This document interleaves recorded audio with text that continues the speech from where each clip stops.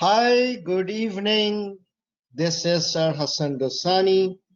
Welcome to the second day of our ACCA's Practice to Pass session on SBL for September 2020 attempt. How are you guys doing?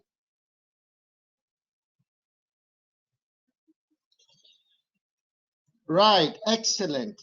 So, those of you who had attended uh, yesterday, I hope that you were able to practice the question which we did yesterday. And in case you have any questions relating to yesterday's topics or discussion, I will be most delighted to answer them. And those of you who are joining today for the first time, a warm welcome. Couple of things I want to update everybody. First of all, please note my number. This is my WhatsApp number. Please save it. And I do maintain a global WhatsApp group for SBL students. So it's a group specifically for SBL students. And there are more than 500 SBL students in that group. It's a very helpful group. All the students, they try to help each other. So those of you who are not part of this group, can you please send me a message on my WhatsApp and I would be happy to add you to the group. Now, in case if I'm not able to answer your question in today's webinar, because I receive hundreds of questions in a span of 5 minutes, so you can always ask your question on the WhatsApp group and myself or some intelligent student will be most happy to reply to you. Okay, so please take a note of my WhatsApp number and send me a message and I will add you to my group. So as we did yesterday, today also we will follow the same format. So first of all, we will talk about exam technique, and today's exam technique we will talk about the number of points and the length of your answer. Okay, so if you remember examiner's comments which I shared yesterday, the second most common reason why students fail SBL as per the examiner is that the students, they do not give sufficient number of points according to the marks. So let us discuss what should be the ideal number of points and what should be the ideal length of your answer. After that, we will move to certain topics. Today, we will be covering 3 topics. The first one is professional code of ethics, public interest, and corporate code of ethics. Okay. After that, we will talk about social and environmental factors. We will do one question on that. And then we'll talk about pestle and we'll do one question on that. All right. Today we will be covering communication skills under professional marks, and from the format point of view, we will talk about press release and a briefing paper. So again, a jam-packed session expected for today. So I hope you are all energized. So let me quick look at the question. Yes, thank you.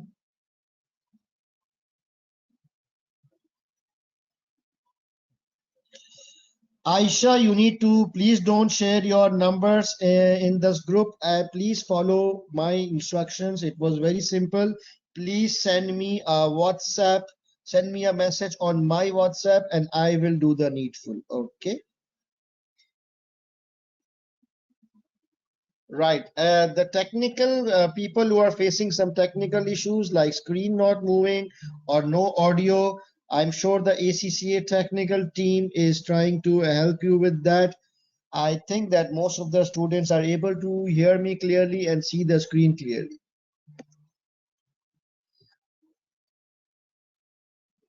All right, so today's exam technique is number of points and length of your answer. So the first thing you need to understand is that in your exam, there are two types of marks. Okay, there are two types of mark. One is technical marks and other one is professional marks. So each and every question will have two components. There will be a technical mark and followed by there will be a separate professional mark.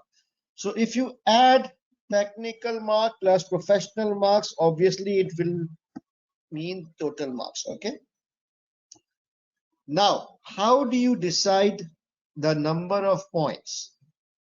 So you just pick up total marks. Okay, not technical, not professional, pick up total marks.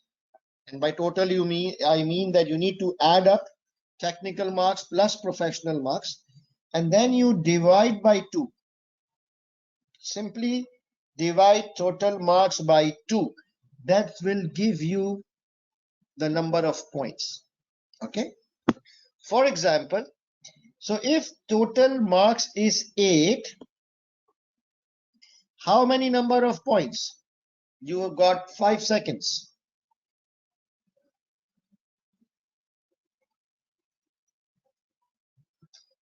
4 points. Correct. Very good, guys. I'm impressed. Well done.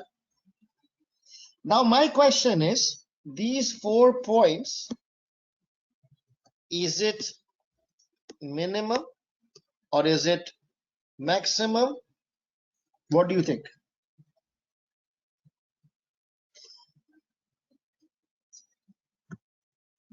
Now I'm getting lots of mix. Oh my God, most of you are saying it's minimum. Like 80% of you guys are saying it's minimum. No, no, no. I've got some good news. It's not minimum. It's maximum. Or I would like to say ideal.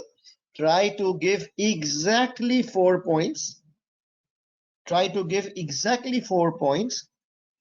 Worst case scenario, like if you are really struggling, so instead of 3, 4 points, you can go is 3. And if you've got some extra time, you can go for 5. But ideally, you should stick with 4.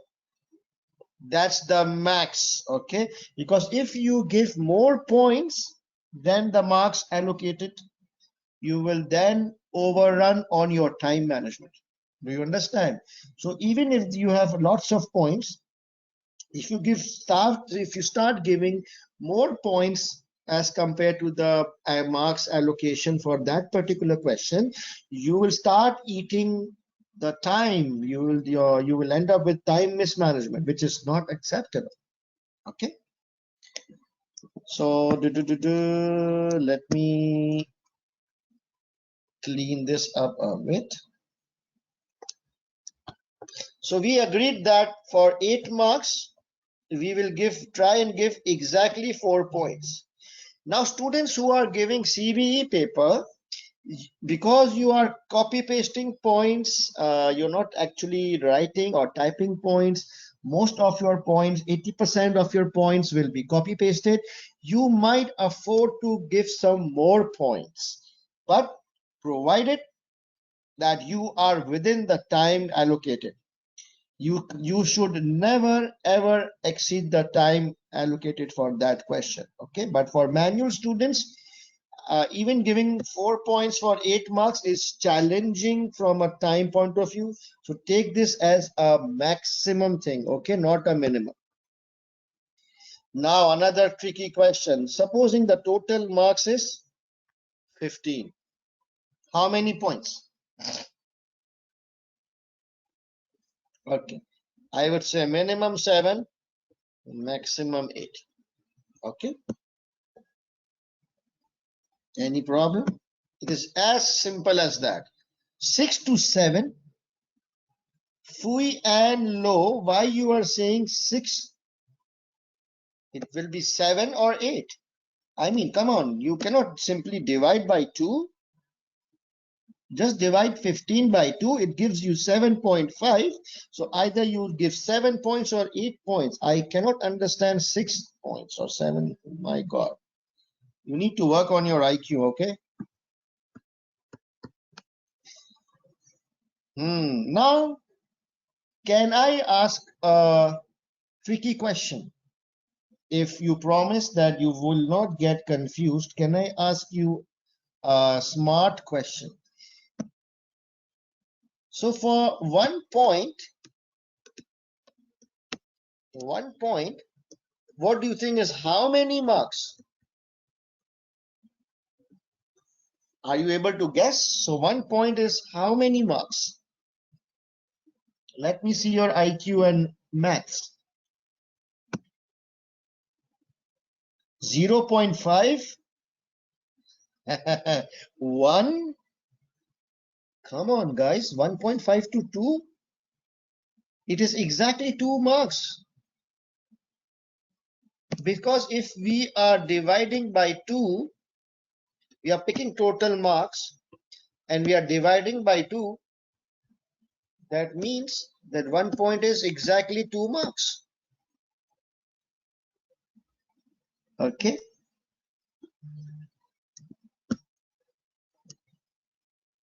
So let's wrap it up.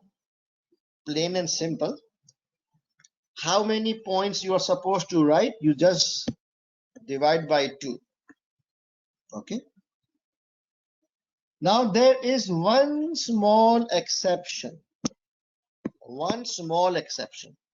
Okay. Sometimes, the question requires you to identify weakness and give recommendation. Not sometimes, in each and every paper you will come across this kind of question in which the examiner will say identify the weakness and give recommendation.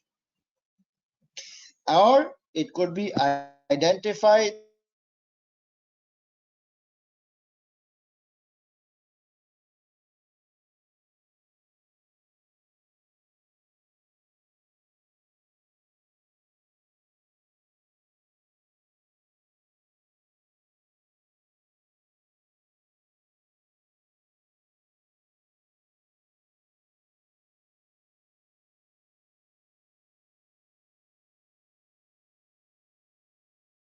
recommendation. Got it? So when you divide by 3, you will come up with 3. So it means 3 weakness plus 3 recommendation. If the marks is 15, you divide by 3, you have to come up with 5 weakness plus recommendation. Okay. Do you understand this? I need a confirmation, yes or no.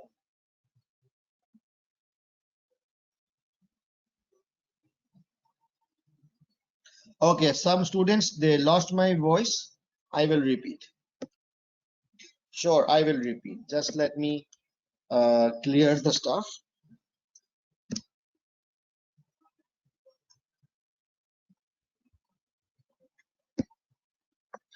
Okay.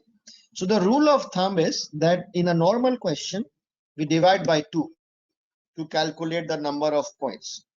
But there is one exception. In some, you will get a question which says identify the weakness and give recommendation. In this type of a question, where you have to identify the weakness and plus you have to recommend.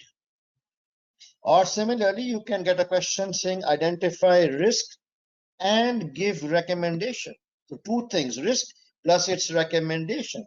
So in this type of question, you will divide by 3. Got it? You will not divide by 2, you will divide by 3 because you're supposed to talk about weaknesses as well as recommendations. So if it is 9 marks, how many weakness plus recommendations you will give? You will divide by 3. 9 marks divided by 3 gives you 3. So you will give 3 weakness along with their respective recommendations. If it is 15 marks question and it says identify the key risks and give recommendations, 15 marks, you will divide by 3. So you 5. So you need to identify 5 risks plus the respective 5 recommendations. Okay. Am I very clear now? Awesome. Thank you. You guys are pretty smart. Okay. One.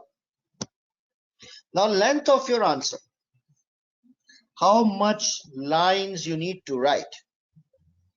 And now this length is only mainly for, manual paper students. Okay. The CBE students do not need to worry about the length for two reasons. Number one, they are copy pasting. So they don't need to worry about the length because they just need to copy paste. The second reason is that the length in a word processor typewritten paper, the number of words are different as compared to the number of words in a manual paper in one line. So to cut the long story short, the length of your answer, this portion is applicable mainly for manual paper students. Okay, so just take up the total marks and you multiply by 3.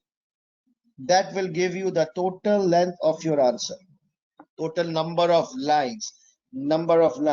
Okay, you pick up total marks, multiply by 3. So if it is a 10 marks question, how many lines you need to write? Just multiply by 3, 30 lines. But then there's a caveat. 30 lines, by 30 lines, I mean 30 written lines. Please do not count blank lines. Okay, 30 lines is written lines. So it does not include blank line. For example, after each paragraph, you need to leave one line. So do not include that. Do not include headings. So if you are saying suitability, like the question we did yesterday, suitability, target country, target company, don't count headings, written lines. Okay, and also don't count the lines involved in a format. For example, if it's a report format, do not count the lines of to and from and this and that. So 30 lines is pure meat. Do you understand? It is pure meat, pure written lines. Now, my next question is 30 lines minimum or maximum? Let's see.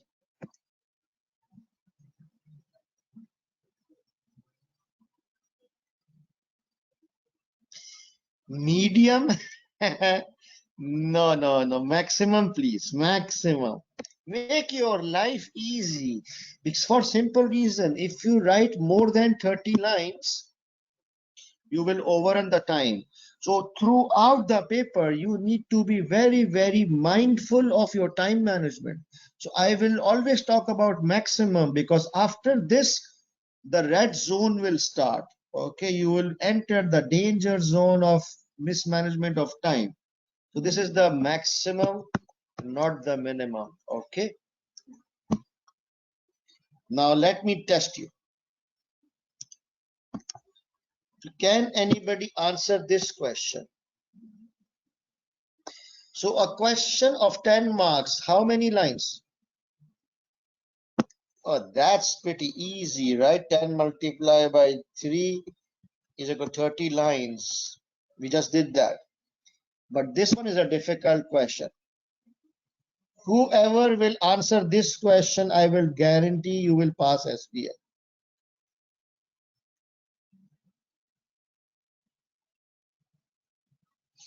Whoever can answer this question, I can guarantee you will pass SBL. You've got 5 seconds to answer this. And I'm watching your comments. Oh my God. Oh my God. Half of you are saying 3 lines. Even one guy is saying 3.3 lines. Now, who's this 3.3? Sahal. Interesting. 3.3 lines. Some of you are saying depends on the point. No, my friend, nothing depends on the point. Keep it single. Oh, keep it not single. I'm sorry. Keep it simple. So again, so 1 point should be of how many lines? So do you remember? It is 6 lines. Plain and simple, not 5, not 7, not 3.3, not 3, not depends, exactly 6 lines maximum. I will just tell you the maximum lines, okay? Minimum, no problem. You should not exceed this line. Now, how I calculated 6 lines? So 1 point, guys, is how many marks? Do you remember? I think we did an IQ. Oh, I rub it. 1 point is how many? 1 point is how many marks? We divided by 2, right? So 1 point is 2 marks. Please remember this, okay? Now we are summarizing. So 1 point carries 2 marks. So how many lines for 1 point? Multiply by 3, maximum 6 lines. But then this slide, I remind you, is more applicable for manual students. So my CBE friends, you don't need to worry about it. But the number of points is applicable to both CBE students and manual students. It's kind of arithmetic googly. So you need to be a little bit smarter, little bit IQ. It's not difficult. It's probably because you're seeing it for the first time, or you have been guided or misguided by other teachers, or so much stuff on the internet. Just keep it simple, okay? Total marks divide by 2. And for these kind of questions, total marks divide by 3. Halas. All right. I don't like making my slides dirty, so I just would like to clean this. Now, let me see if I don't have question, then we will move to, sir, how can we estimate lines if we were resize word processor? Oh my God, Hamza, I said, don't worry about number of lines on CBE because in word processor, you can't can't see the number of lines because you can resize the windows. For 3 marker points, should it be 9 lines? Yes, maximum 9 lines. Yes, Sana. Can you repeat the 1 point? How many lines? Maximum 6 lines.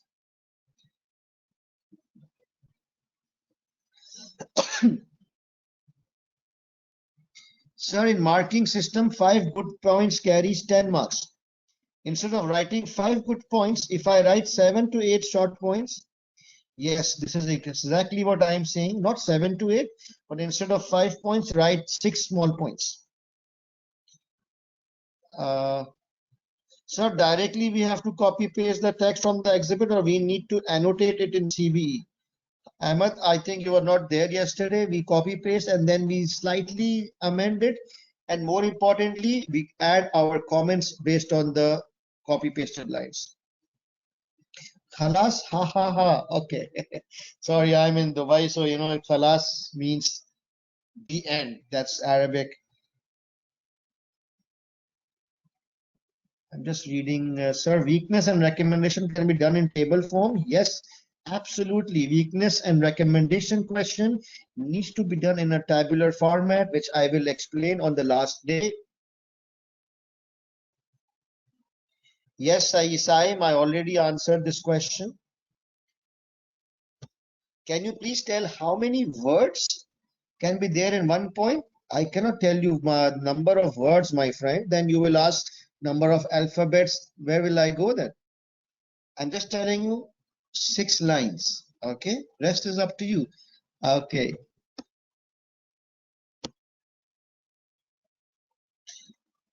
Ashif, yes, I have answered that question. All right, guys. Pretty good. So now today I'm not doing a heavy duty topic like yesterday, which was SFA. I'm doing 3 small cute topics, but important topics.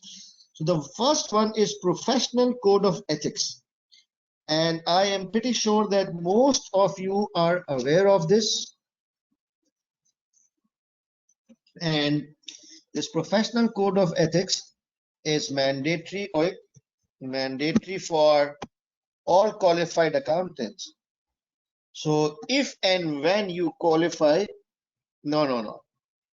As inshallah, as soon as you guys qualify, it will be mandatory on you by ACCA that you need to follow these 5 principles of professional ethics. Okay, it will be part of your heart and soul. You will eat and breathe these when you are on your job. Okay, so the first principle is, as a qualified accountant, you have to follow the principles of integrity first and foremost. And we all know what is the meaning of integrity. You have to be honest, straightforward, truthful, do not conceal anything wrong, fair dealing. Okay, integrity means you are a solid person. No lies, no frauds, do not doing anything wrong. Okay, and if you're a good human being and you've got good values, obviously by default you will have this value in you of being honest, straightforward. The second important thing is qualified accountants needs to follow the principle of objectivity. Objectivity means that all the decisions which he is making should be based on facts, no biasness, no conflict of interest, no undue influence. Whatever is the ground reality, whatever is the facts and figures, whatever is the merit of the case, based on that, you will give your opinion. Not because you are afraid of losing your job or you're afraid of your boss. You just say what he or she likes to listen to. No, you have to be objective. The third principle is professional competence and due care. It is expected that as a professional accountant, you maintain your professional knowledge and skills. You are up to date with all the laws and whatever is relevant to our field, like IFRS and whatnot. And you are diligent in your work. You are careful. You are not carefree or careless. And you act with due care. So you do your work properly and seriously. No silly mistakes. Okay. Confidentiality is the fourth thing which is very important. That being CFO, you will have access to some of the most confidential information of the company. In fact, CFO has almost all the access to all the confidential information, like companies' profitabilities and future projects and whatnot. Okay, so you should not disclose confidential information to anyone unless there is a legal or a professional duty. That's fine. Okay, plus this is also important, you do not use confidential information for personal advantage. This is called insider trading, right? So if I have some internal information because I'm the CFO, I cannot use that information for my personal gain. Okay, I think it will, you see this conflict of interest? No, not allowed. All these points are kind of linked with each other at some level. And the last one is professional behavior. It simply means that I should avoid actions which discredits the profession or my fellow members. For example, if I do not follow company policies or procedures, or if I don't treat my staff, if I slap my staff all the time, I hit them. No. It's not going to create a nice impression about my profession, my professional body, and my fellow members. So you see, this one is very interesting. So if you violate integrity, automatically you will violate professional behavior, because if you have conducted a fraud, it will discredit the profession, right? Similarly, if you violated objectivity because you indulged in conflict of interest, automatically you will violate professional behavior. So this professional behavior is designed in such a manner that if you violate any of these, it will automatically invoke professional behavior. So a single crime, a fraud may invoke non-compliance with more than one principles. Okay. As an accountant, you need to be mindful of all these things, my friend, in reality. Okay.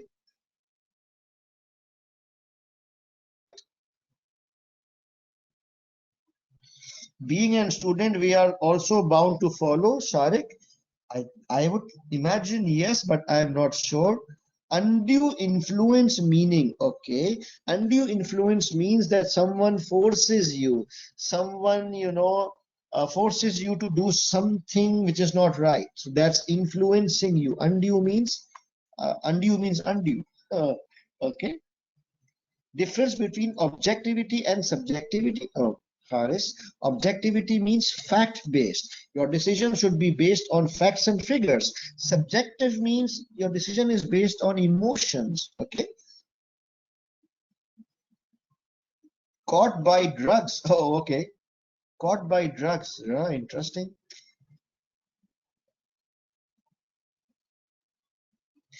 Sir, what if I am commuting to work and heard some passenger words which can benefit me? Can I use it?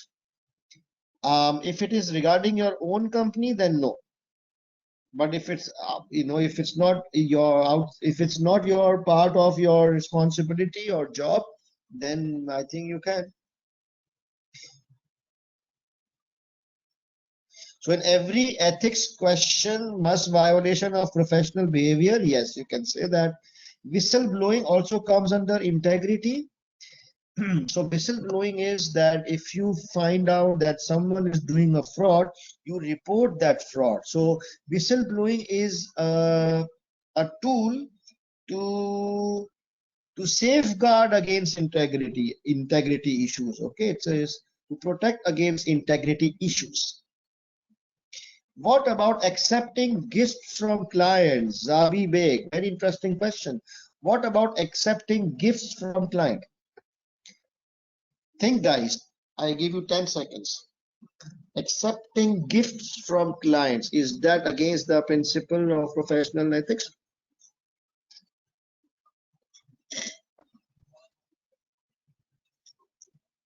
Okay. Think that you are giving a gift to the audit partner of your firm, of your company. So you are a CFO and you are being audited by PwC or EY, and the engagement partner, you are giving him a gift. So it is a gray area. It depends on the nature and the amount of the value of the gifts. So where in my company, because it is subjective, it is gray area. Our company and most of the companies which I have worked for in the past have a very clear policy on gift. And it's very clear in our internal company policies that any gifts exceeding $100 in value needs to be reported to the audit and compliance committee. So it is normal to give gifts. For example, in Dubai, in Ramzan, in the month of Ramadan, we send dates. We share dates. In Christmas, we send cakes to our clients. So that's pretty fine. As long as the culture is there, everybody is doing, it's a festive occasion, fine. But if the gift is out of place or more than $100, then it has to be reported. Okay, very good. Okay, guys, you are now distracting me. If material, yes, then no, gifts are not allowed. Yes, absolutely. So if a client takes you for lunch and dinner and pay for it, can you accept? Yes. Whatever is normal, customary of the society, that's fine. Anything abnormal, anything out of place, anything which can catch attention is problem. So just to simplify, $100 up to $100 is not a problem in developed countries. Okay, but that's it. That's it. Let's move on. Now, an important topic, and I think this has been tested in the exam, public interest. So I am an accountant. I am a CFO of a listed company, correct? So who is the owner of the listed company? Do you know? So I am a CFO. Let's put on you. You are a CFO of a listed company. Who will be the owner? Who is the owner of the company you are working for? Excellent, shareholders. So basically, shareholders are owners. So if I am the CFO of this company, I am the finance director, I have been appointed by the shareholders. So which means I am working for the best interest of my shareholders, correct? So that's my primary job, to work in the best interest of the shareholders of the company. That is the job of the entire board of directors, because they have been appointed by shareholders. They are the agents of the shareholders, okay? But then, in addition to the shareholders' interest, in addition, that's my primary focus, I also need to take care of these four things, okay? I need to protect the interest of my customers. I need to protect the interest of my suppliers. I need to protect the interest of my employees, and I need to protect the general interests of the society or community in which I live and work. So these four components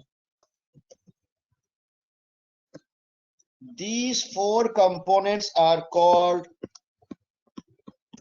public interest, because they are also one of the stakeholders, right? So the most important stakeholder is the shareholder. There is no doubt, because they are the owner. Our primary focus is to protect the interest of shareholders. But in addition to that, I should never compromise. I repeat, I should never compromise on the interest of customers, suppliers, employees, and society in general. Let me give an example. So I was working, I'm creating this example, it's not real. In fact, this is an example from one of the case studies of P1.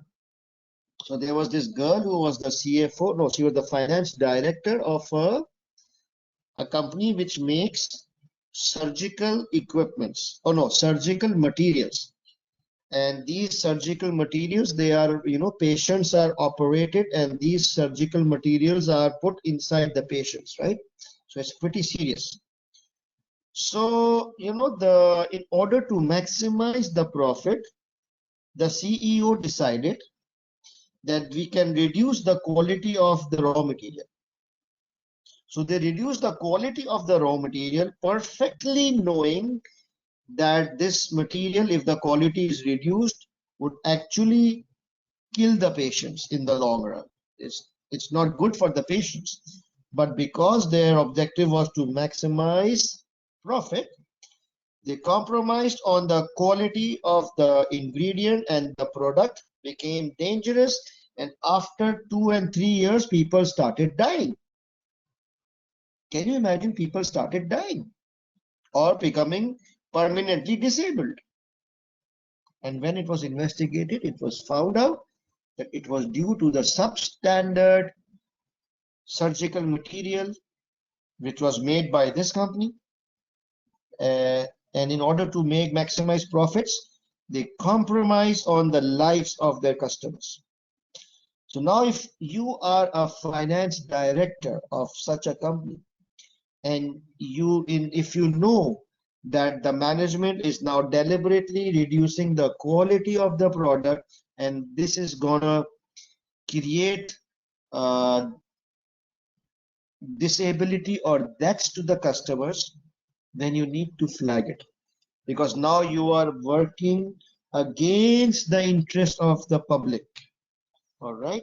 So that's the whole story of public interest. If you are a qualified accountant, the first thing you need to follow is professional code of ethics.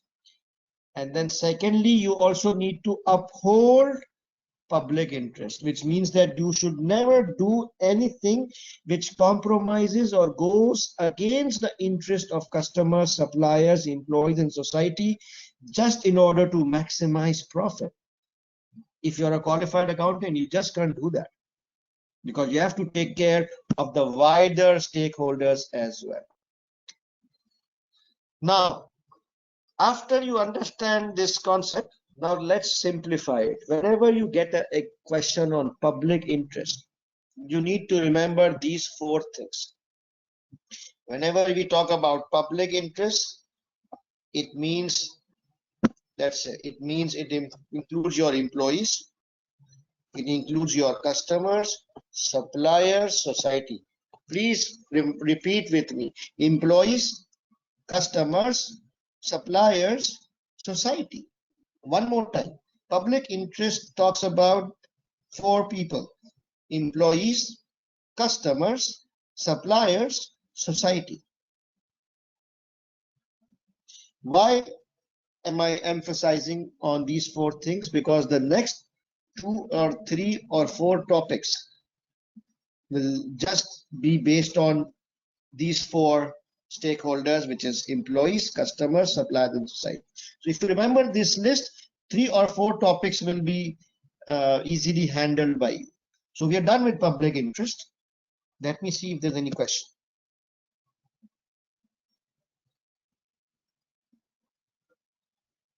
So we have to work in the best interest of the shareholders as well as public. Yes, kind of.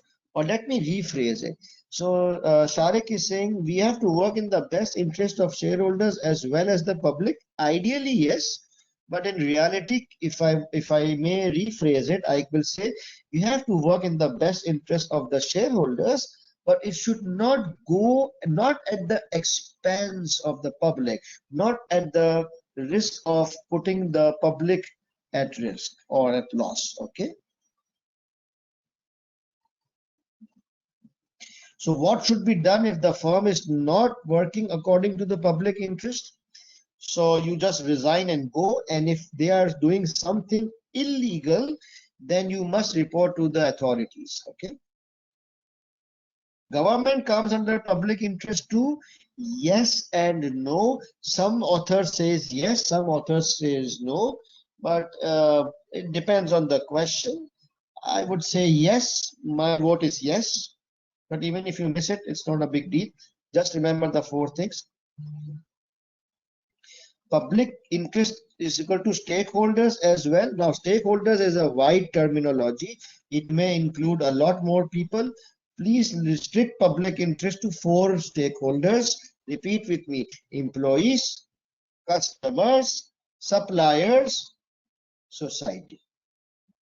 What about tax authority and government? Yes, you can also consider them under public interest, that being a good company, you need to comply with the laws and da. Now, Ikra, please don't ask questions which are not relevant to this particular slide, okay? Can we compromise society in the best interest of customers or suppliers? Now this is getting complicated. I don't know, but in reality, yes, you do. All right. Done. So when I start getting advanced level questions, I understand automatically that you guys have understood the basics. I would like to stick with basics all the time. So the next topic is corporate code of ethics. So the earlier one we did was professional code of ethics. It is applicable to professionals and it is issued by professional bodies, okay, like IFAC or ACCA or SEMA. Similarly, there's another code. It is corporate code of ethics. It is applicable to the employees and are issued by organizations. So all these good organizations, they also have their internal code of ethics called corporate code of ethics. Now, organizations code of ethics are applicable to whom? It, it is just applicable to all their employees. Okay. A professional code of ethics is applicable to whom? Well, it is applicable to all the professional members of that accounting body. Do you understand the difference between professional code of ethics and corporate code of ethics? Right. So what is the contents of corporate code of ethics? Employee, it talks about employees, it talks about customers slash suppliers, and it talks about society. So guys, have you listened? You heard this list before somewhere? Employees, customers, suppliers, society. Where did you hear these before? Here. Same list. If you remember this list you can use in public interest. Same list you can use under the topic of corporate code of ethics. What are the contents? It talks about employees, it talks about customers, it talks about suppliers, and it talks about society. Okay. So now when we talk about, when we say that the code of ethics, the corporate code of ethics talks about employee matters, what exactly are we talking? So it talks about staff turnover, staff training, gender equalities, no discriminations, working conditions, health and safety of my employees, better pay, and diversities. You know, all these fancy words, the buzzwords, just to make sure that there is no employee discrimination, no unfair dealing, no child labor, no under salaries, minimum lower than minimum wages, safe working conditions, health and safety aspects, their training and development. So all these nice things, nice companies, they do care about their employees. So a corporate code of ethics will talk about all these things, will make policies and procedures which everyone needs to follow. Similarly, there will be some rules and regulations around their customers. For example, product will talk about product quality, the product safety, personal data and privacy of customers, fair business practices, fair play with all the suppliers. All these gray areas are covered. And from a society point of view, job opportunities, CSR, which is corporate social responsibilities like charitable events and donations, and environment slash pollutions. Okay.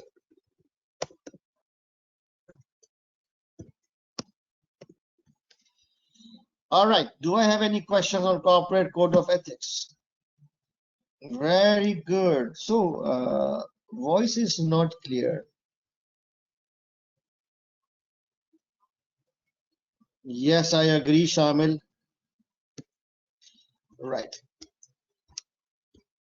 Another topic is called social footprint.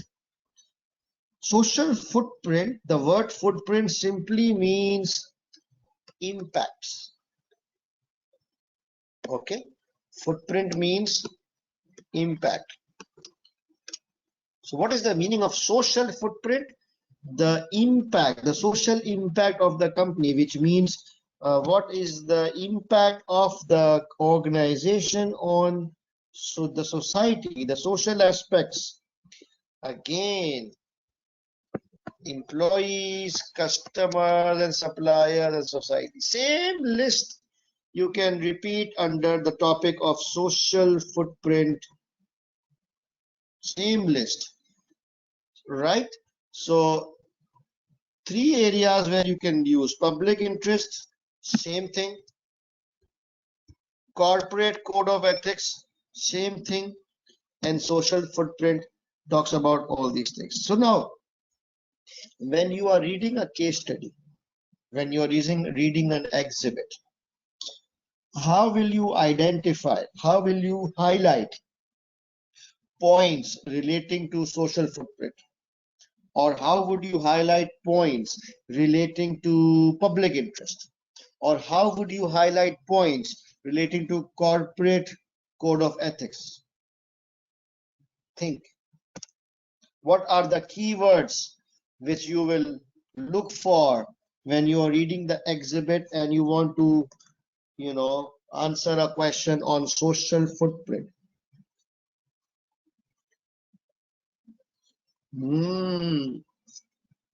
Excellent, Karen. Excellent, Sharik. Very good. It's simple. Wherever you see the word employees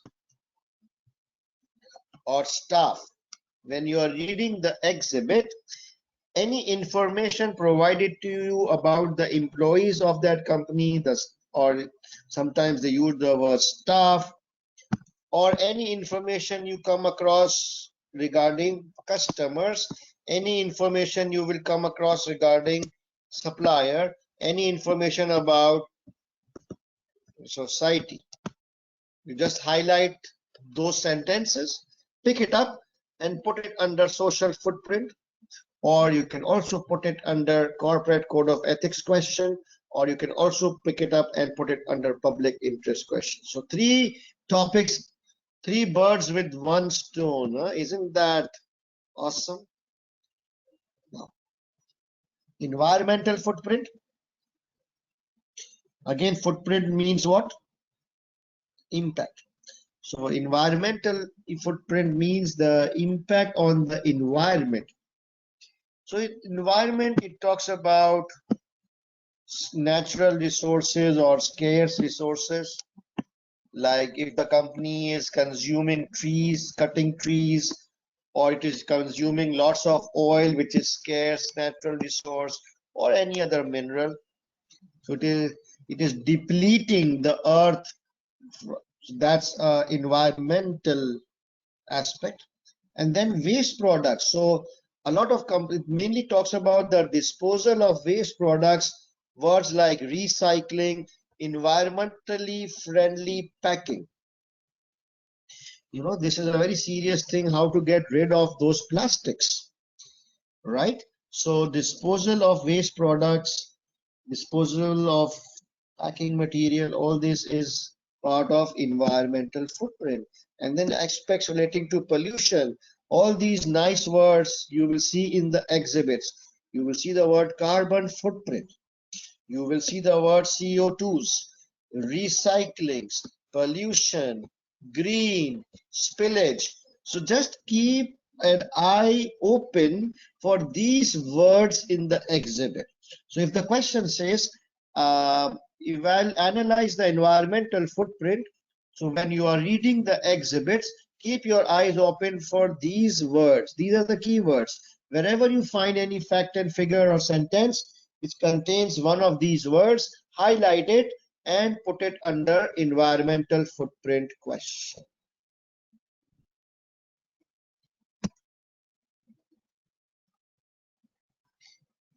I'm just looking at questions. What do you mean by depletion of scarce resources? Okay, so for example, depletion of scarce resources. For example, this is a nice tree. Okay, there are nice trees. And ACCA, they use papers for your exam, right? For your manual paper. So to manufacture papers, you cut these poor trees and you manufacture papers. Okay. So you are using, depleting means you are consuming or using scarce natural resources in order for your commercial activity. Now this is causing damage to the earth. It is causing damage to ozone. Okay. So that's the meaning of depletion of scarce resources. So companies, who are depleting scarce resources, they try to replenish it. So companies who are cutting trees, being a good corporate citizen, they are also planting trees elsewhere to balance out or compensate on their usage of thing. Okay, right. Let's move on. So our next question for today is social and environmental footprint. We will be doing December 2018 highlight hotels. Question number 2A. We need to read report on performance, last two paras, and newspaper article. So in this question, when we talk about professional skills, or let's talk about the format, we are supposed to give a press release. Okay. So what is the format of a press release? You will give a central heading. You will say press release. Okay. Subject, below that center, from, center, company name, center, and then you will start your story and writing in the press. What is a press release? It is a statement which is released by the company in the newspaper or in the press, so that the general public can read what the companies has to say about a particular matter, right? So press release, and the marks is professional skills mark is for communication.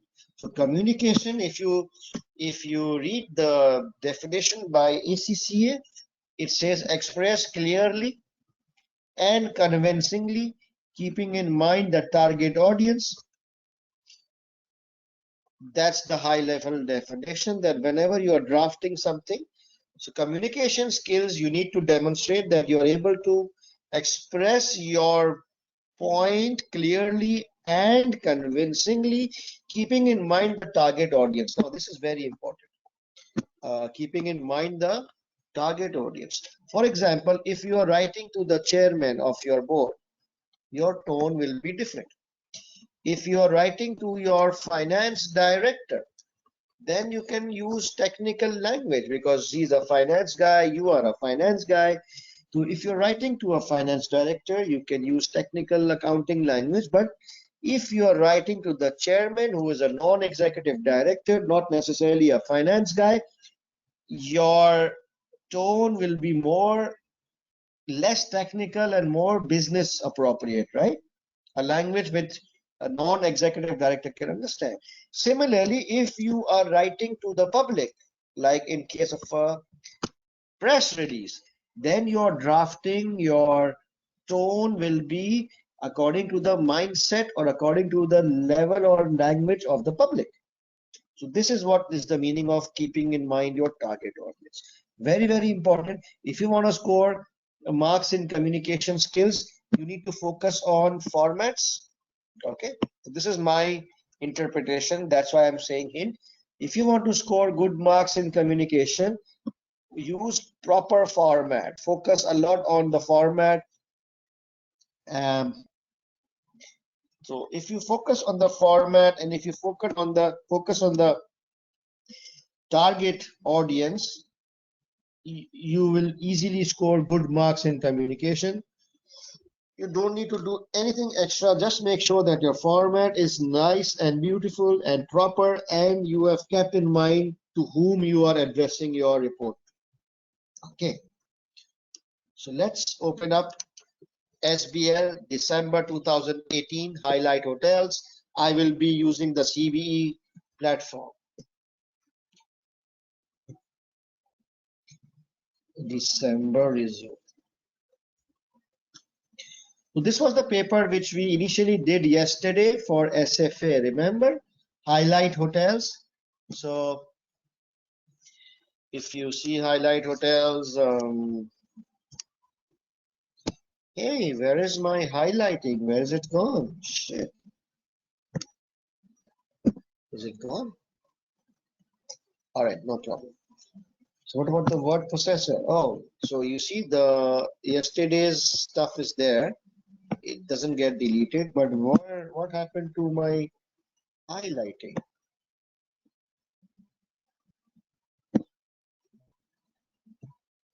Strange.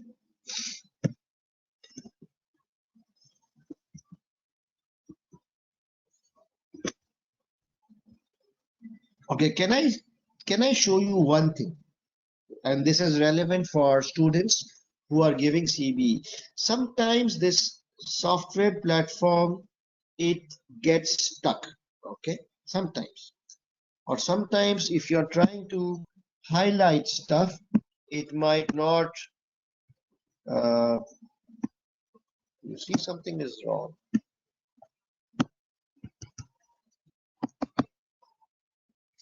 Ah,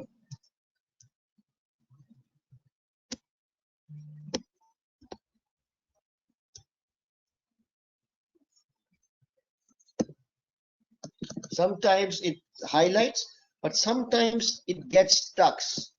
So just in case in your paper, if something goes wrong with the software, if it hangs or if it gets stuck, or if some particular exhibit is not opening, maybe you can do a refresh.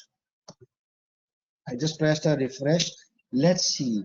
We can play now. So I did a refresh. I will again do a refresh so that you can see. So in 2 or 3 seconds, it is refreshed. So whatever was the malfunction, if you press a refresh, it will hopefully fix the problem. Okay, this was on a side note. So now we are gonna do question number 2A. So we open the requirement.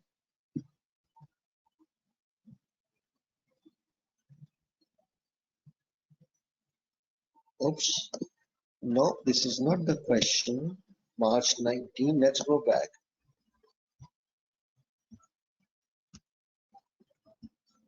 We need to do December 18, right? December 18, which one is this? This one.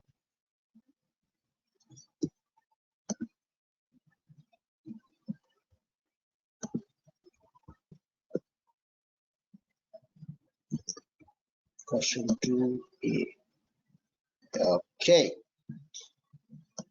Now let's read the requirement.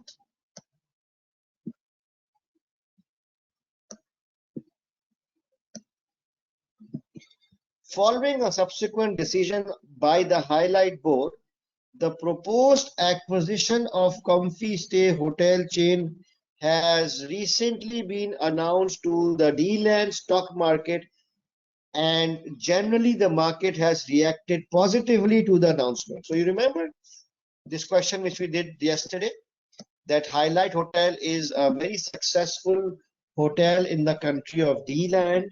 It is the leading brand, leading market share, 500 plus hotels. And now they are thinking of buying a hotel in a country called Vilandia. And they are targeting to buy a hotel called Comfy Stay Hotel. This was all discussed yesterday.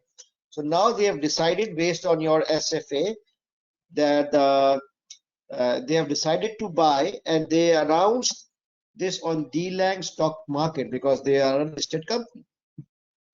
However means something bad is gonna come. There have been some negative press reports in the D-Land Daily News about the proposed acquisition, criticizing Highlight. Oh my God. So someone somewhere in the press, there's a negative thing which is criticizing us. The chief executive of Highlight is very concerned about these reports and has asked the business analysis team to consider Highlight's response. Okay, required. Prepare a draft press release responding to the criticisms. Aha. So we need to identify the criticism which was made in an article in D-Land Daily newspaper. We need to respond to the criticisms, assessing the social and environmental impact of Highlight's proposed investment in Vilandia, with a view to reassuring its stakeholders. Highlight's intention to maintain high principles and standards in acquiring Comfy Hotel. 10 marks, professional marks for communication skills in clarifying and conveying relevant information to stakeholders. 13 marks, 3 marks So in total, how many marks? 13 marks. So first of all, how many points are we supposed to write for 13 marks?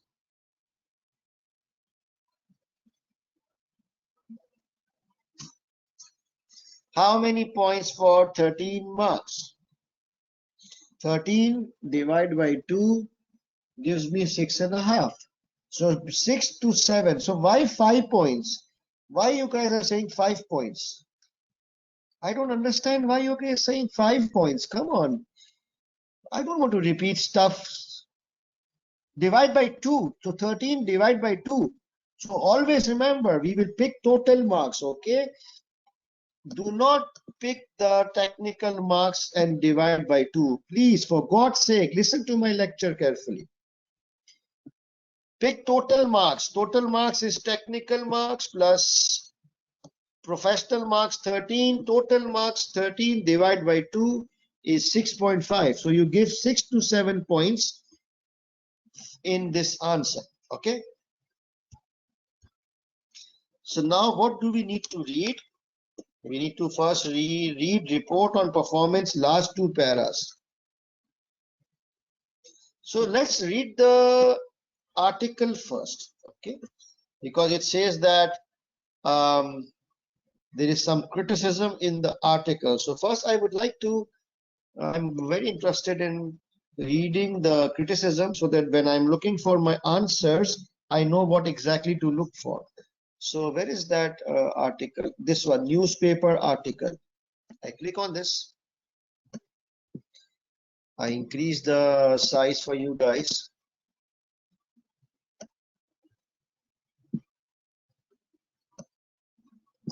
Right, so D-Land Daily News has highlight hit a low business briefing by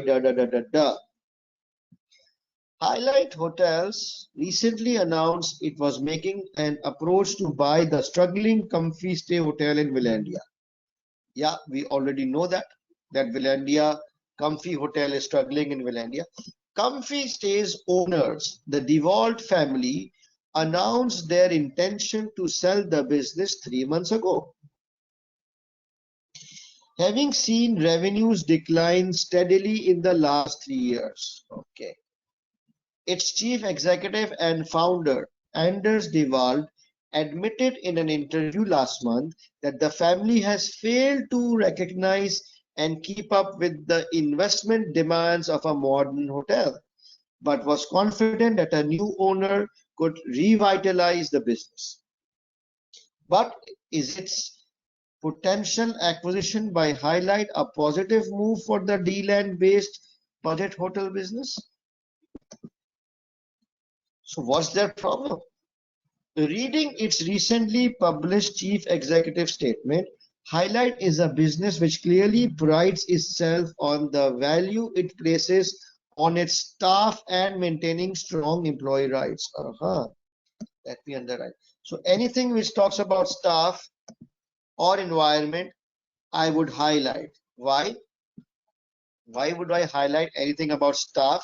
Because it says respond to the criticisms assessing social and environmental impact. So for social, I will keep my eyes open for words like employees, customers, suppliers, society.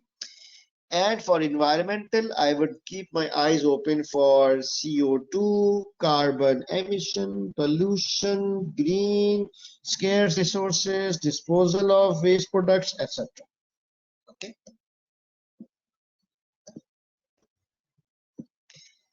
However, staff in Comfy hotels are currently paid well below the rate of pay earned by their equivalent staff in D-Land. Okay. They also work, the staff in Comfy. They also work longer hours per week with few employment rights. Okay. Most of the Comfy Stay staff are women who are offered few opportunities for training or staff development. Okay. In addition, Comfy Stay's policy of not only employing men, in addition, Comfy Stays policy of only employing men as hotel managers and senior staff in its hotels would seem to be in a stark contrast to the strong focus on equality which highlights employment practices. Correct. So all this bullshit is happening where? In Highlight or in Comfy? So all this bullshit is happening in Comfy, right? So I don't own Comfy right now. I'm thinking of buying it. So who should we blame these two? It's the Devald family who is screwing the stuff, not me. That's my thought process. Okay. Okay, what else? Staff pays. So what is the criticism here? I mean, they are saying that Comfy staff are paid less, they work long, women with less staff training or male only policy, that's gender discrimination, no equality, fine. Staff pay and conditions may not be the only concern. Comfy Stay was fined by the government of Finlandia less than 2 years ago for polluting environmental the local waterway in its main coastal tourist town with an outflow of untreated effluent, disposal of waste products. The cause was outdated waste and toilet facilities, which it said would be addressed but limited. Recent investment in Comfy Stay hotel chain suggests otherwise. Highlight will have to invest significant sums to make the hotel chain a viable and sustainable part of its business if it wishes to adhere to its high expectations for environmental sustainability. Although Finlandia has a thriving tourist economy, which has in fact grown since the global economic recession, it is a country of limited environmental awareness. National recycling levels are 50% less than other countries in the region, and its reported CO2 emissions are the worst in the region. Okay. So we read the article. And what is the criticism? The criticism is actually about Comfy hotel staffing policies and that the Comfy hotel is not doing environmentally friendly activities. It was fined by the government, and overall the environmental awareness in Finlandia is pretty low, the worst in the region. All right, so that's the criticism. Now, read report on performance. Because I've read all the exhibits, I am able to guide you. Otherwise, when you are doing this paper directly, you will need to read all the exhibits, right?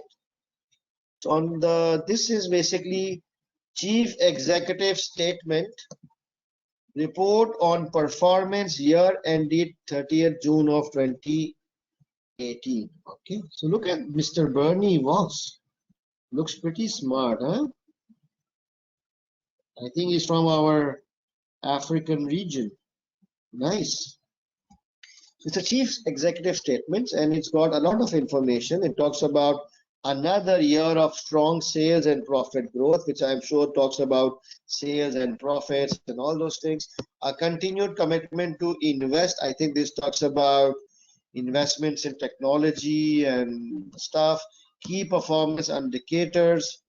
It talks about commitment to shareholders, commitment to customers, commitment to staff. Something interesting. I saw the word staff, commitment to environment.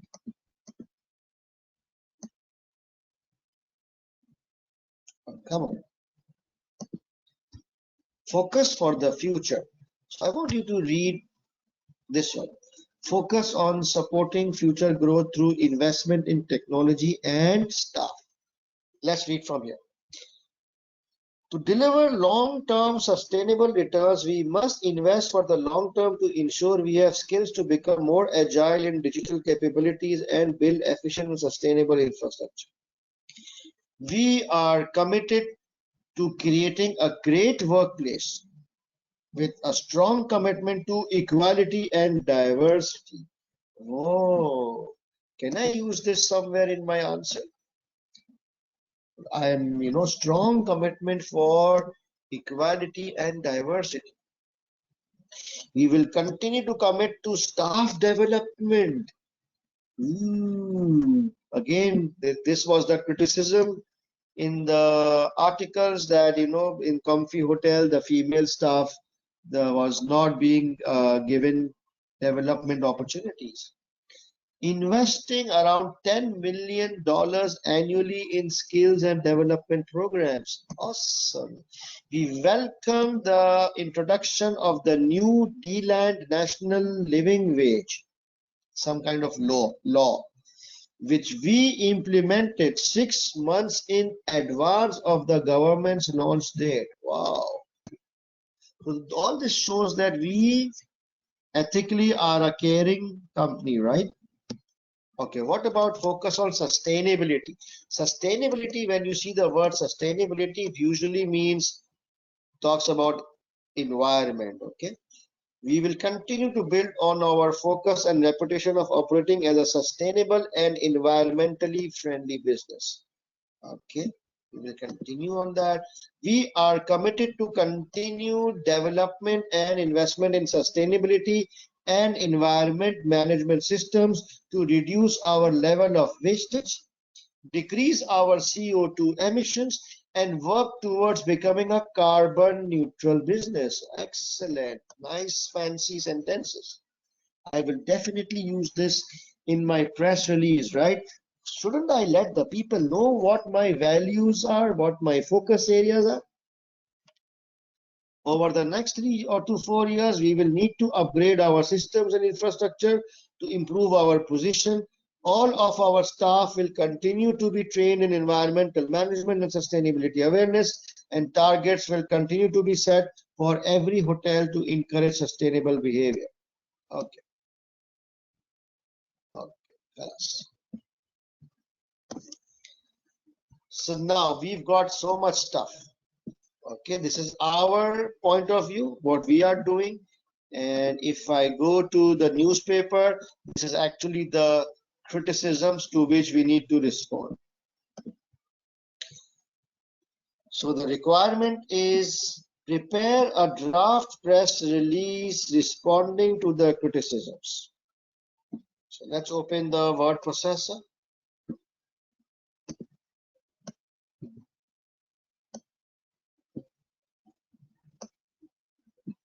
Question number 2A. Remember, we have already copy pasted all the requirements yesterday. This is my SFA, and then this is task 2, responding to the criticisms here. Okay. First of all, we will quickly make a press release. So what's the format? I had actually shown you guys the format. We'll give the heading draft press release, because the question says prepare a draft press release. So I would prepare a draft press, all in caps.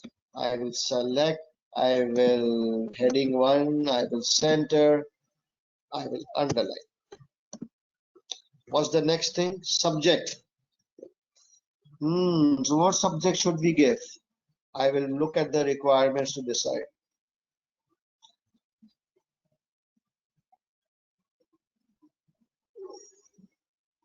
Acquiring comfy stay.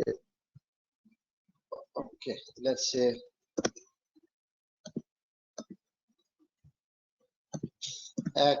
where is it?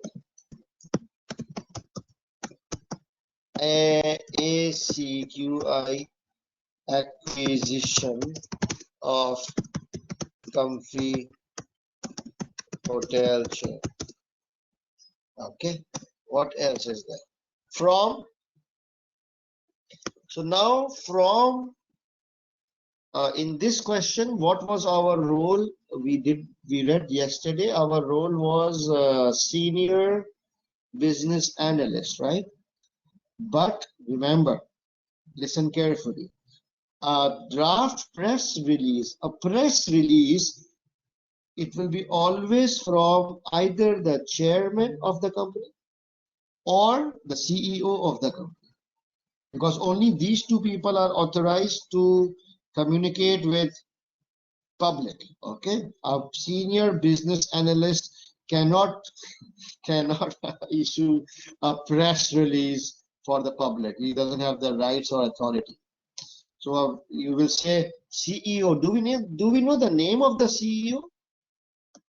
I certainly remember his face, and I'm sure there was a name. Yeah, Bernie Vogt's chief executive. I will do Control C. I will close it. I will go here. I will paste. Bernie Vogt's chief executive. What's the name of the entity? Highlight Hotels. Because it's going to the public, we need to tell it we need to tell them the name of the person and which company do we belong to. Select all this headings, go to heading 3 and center. Done. So this is the format. And how would you open it? We would like to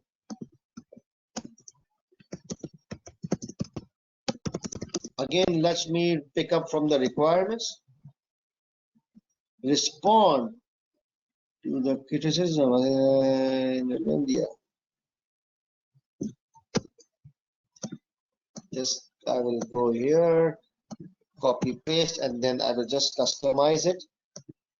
We would like to respond to the views. Criticism is a bad word. Views mentioned in the article with respect to the social and environmental impact of highlights proposed acquisition of comfy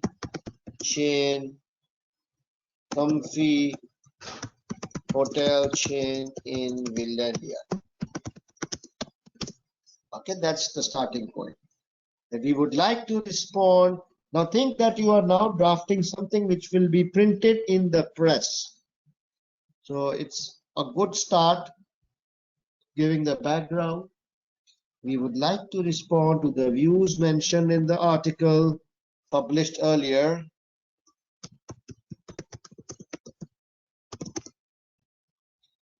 with respect to the social and environmental impact of highlights proposed acquisition of comfy hotel chain in Villandia.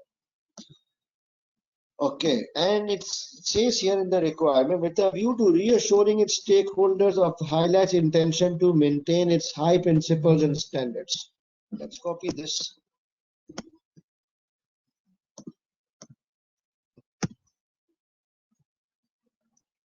Okay, so let's put all the stuff here and then we will draft. This goes on one side, and I will article. What is the problem?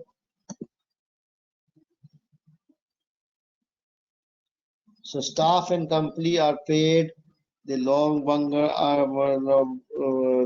hours. That's one issue.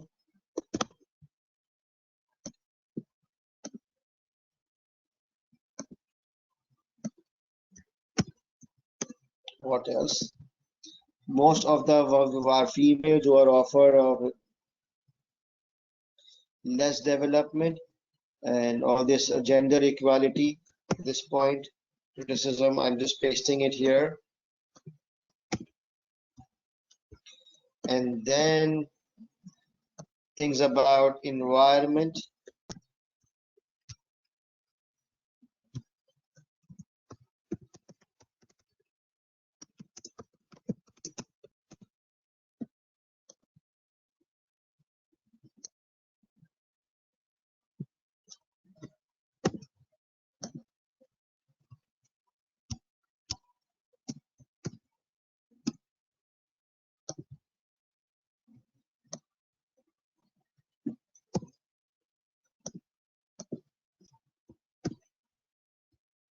So I've picked up info all the criticisms from this exhibit.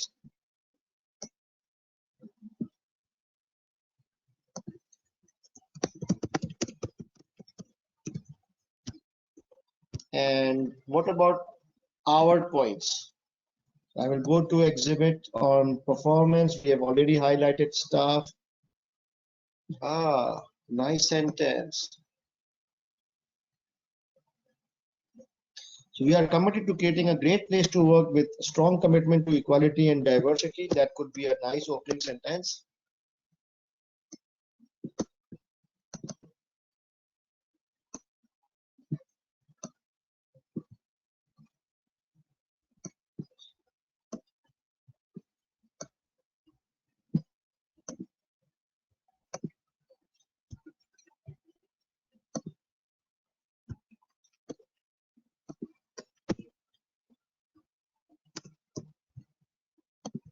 And then we will continue to commit on staff development, help them realize the potential, $10 million.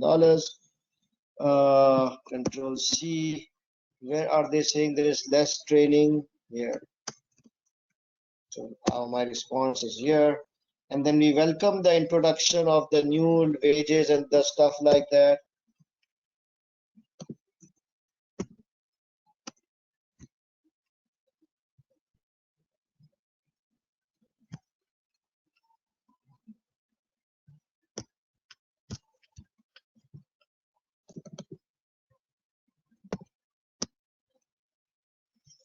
So I'm just trying to put stuff in the right places.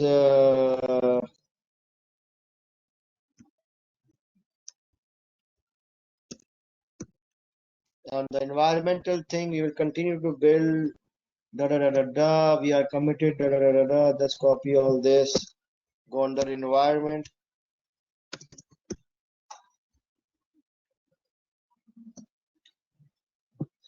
How many points we need?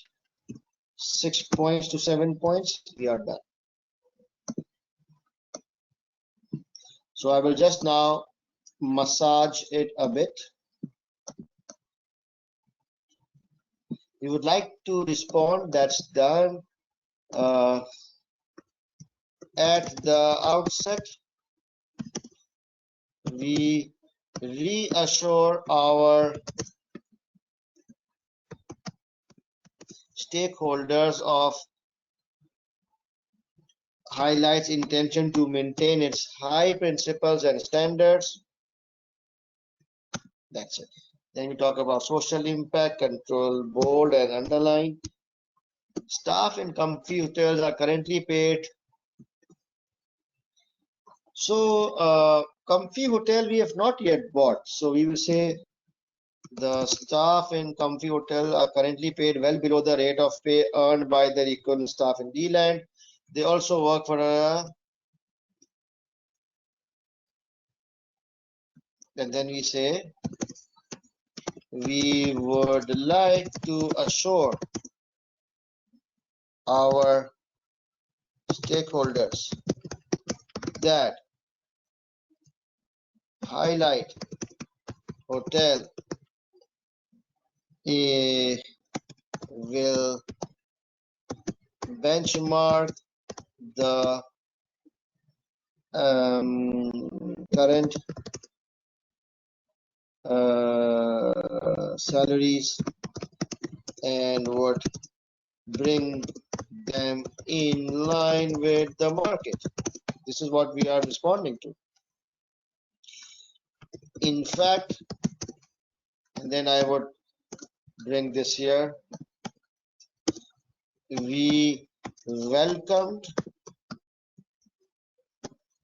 the introduction of the new D-Land National Living Wage law, which we implemented 6 months in advance. Okay. Similarly, now you understand the way. We also most of the women staff are women who are offered few opportunities of training, and we will say here. Okay, let's merge this.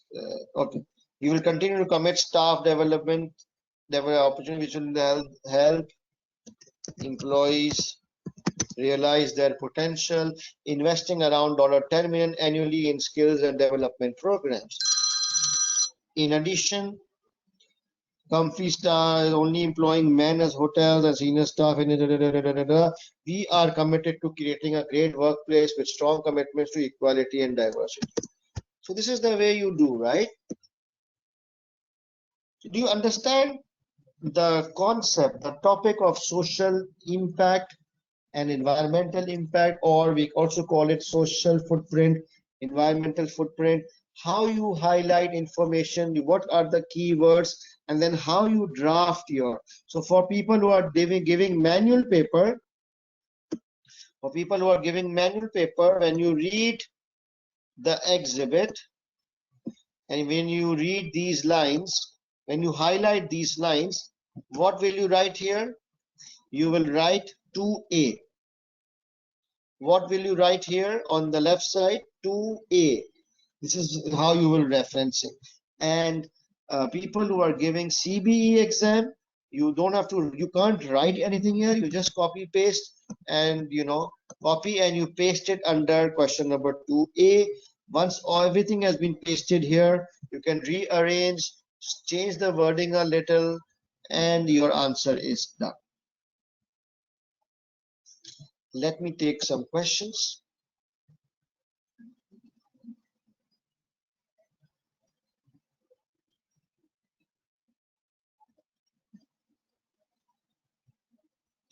Please look at the format. This is exactly what you need to do. Yeah, F11. Yeah, thank you for reminding. I'll do that. There is also the table in which percentage are mentioned. Absolutely correct, Sharik. How many points we need to give? 6 to 7, right? Can we count the points? If our points, number of points have already reached 6 or 7, then I would ignore the statistics in the table because I want to, stick to the number of points. Yes, I will press F11 in 1 minute. Copied part? No, you can just, you need to copy facts and figures, right? You just change the wording a little. Because if you start redrafting everything, it will take a lot of time. Farooq, what assumptions? No, you should not make assumptions. If you have a lot of information available, then no need to make assumptions. Yes, Faizan is saying we do not have the flexibility to fit the things like you are doing in CBE. That's the worst part of the manual paper. So before CBE was introduced, I was in love with manual paper. I loved referencing and then all these things. But after CBE, I have my sympathies with the manual paper students because you don't have this luxury of copy pasting, editing, inserting, changing the stuff. In a manual paper, you need to think twice and thrice before you actually start drafting. That is why you need to think more and write less. For manual paper, your approach should be think more, plan more, write less. And CBE guys, they can afford to flirt around. Okay, they can just put all the stuff here and there. Something will or the other will click. It's all right. I mean, don't regret manual paper. What would we write the designation of CEO in heading? Yes. How would the public know who is Mr. Bernie?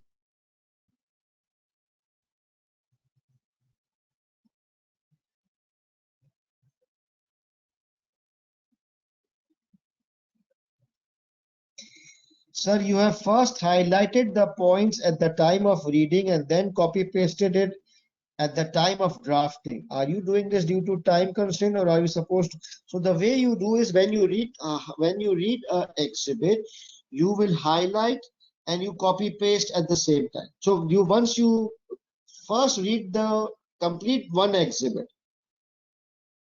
once you have read one exhibit, highlighted one exhibit, then you paste stuff on your answer sheet, then move to the next exhibit. That should be your approach. How many marks can our answer earn? I had told you yesterday as well. Now let's see. How many marks? So the technique is very simple. I will count the number of points. How many marks will this answer get us? Count the number of points. So I think we've got like how much? 6 or 7 points is given. So I haven't completed the drafting here, but I'm pretty sure at least 6 to 7 points we have made. So let's say if we've made 7 points. So 1 mark each would give us 7. And how much is this thing? 3. So I think we will get maybe 1 mark, or if you've done it nicely, the press release, the tone, the format, then maybe 2 marks. So 7 plus 1 is 8 marks or 9 marks out of 30. That's good enough. So 8 to 9 marks out of 30. Okay.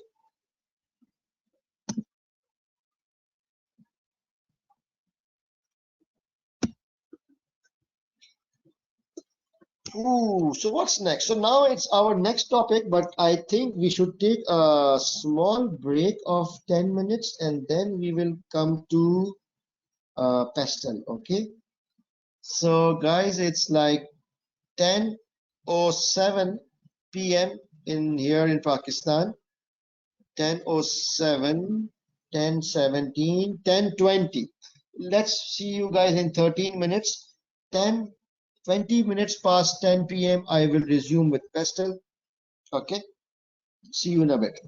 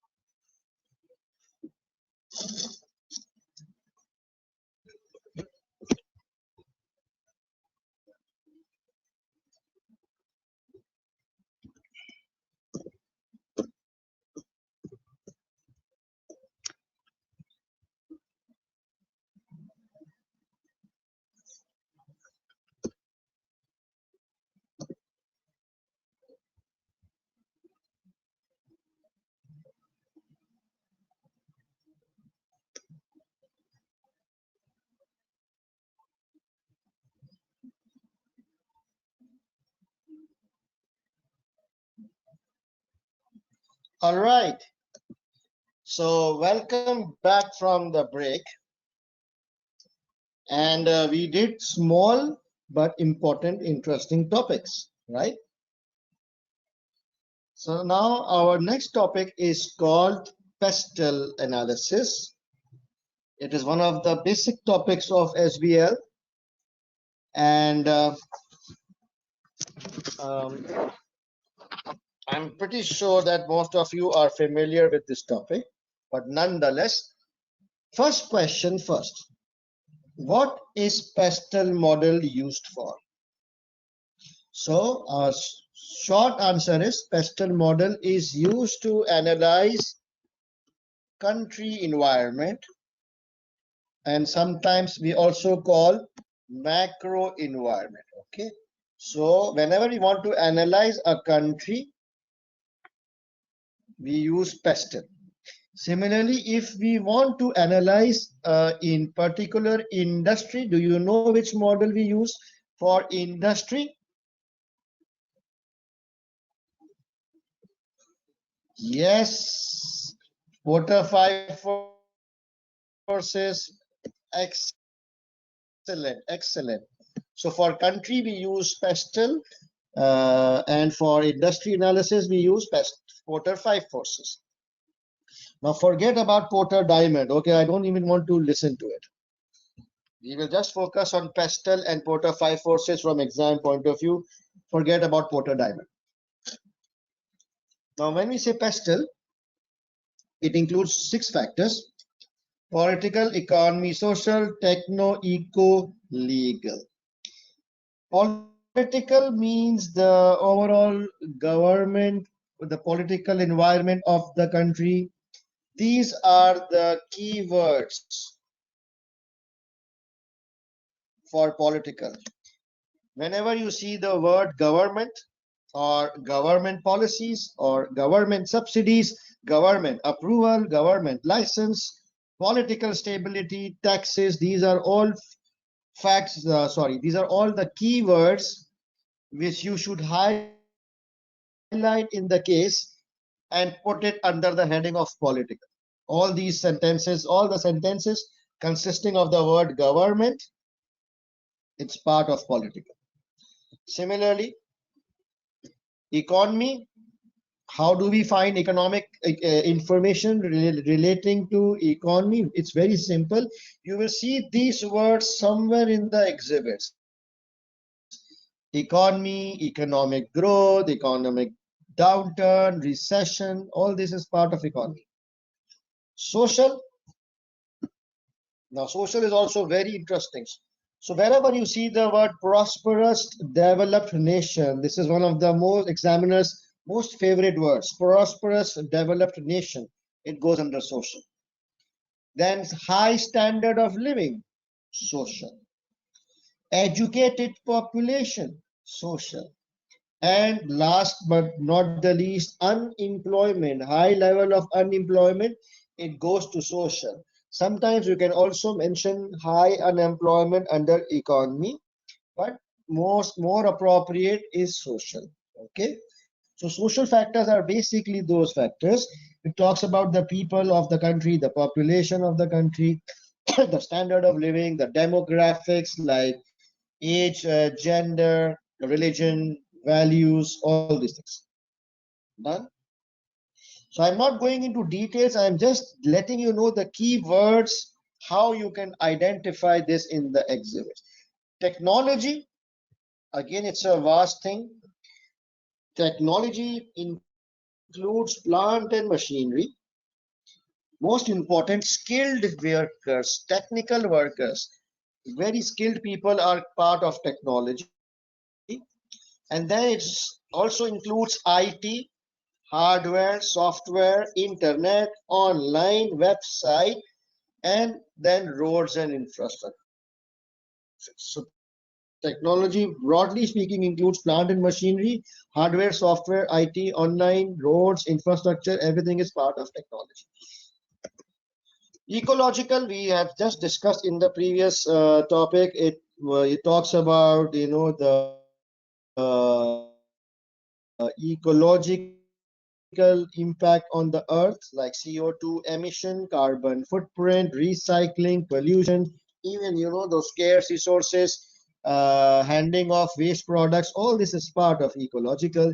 And then legal, it talks about the laws, the regulations, legislations, patents, trademark, copyright. This is a very important thing. In most of the scenario you would find these words.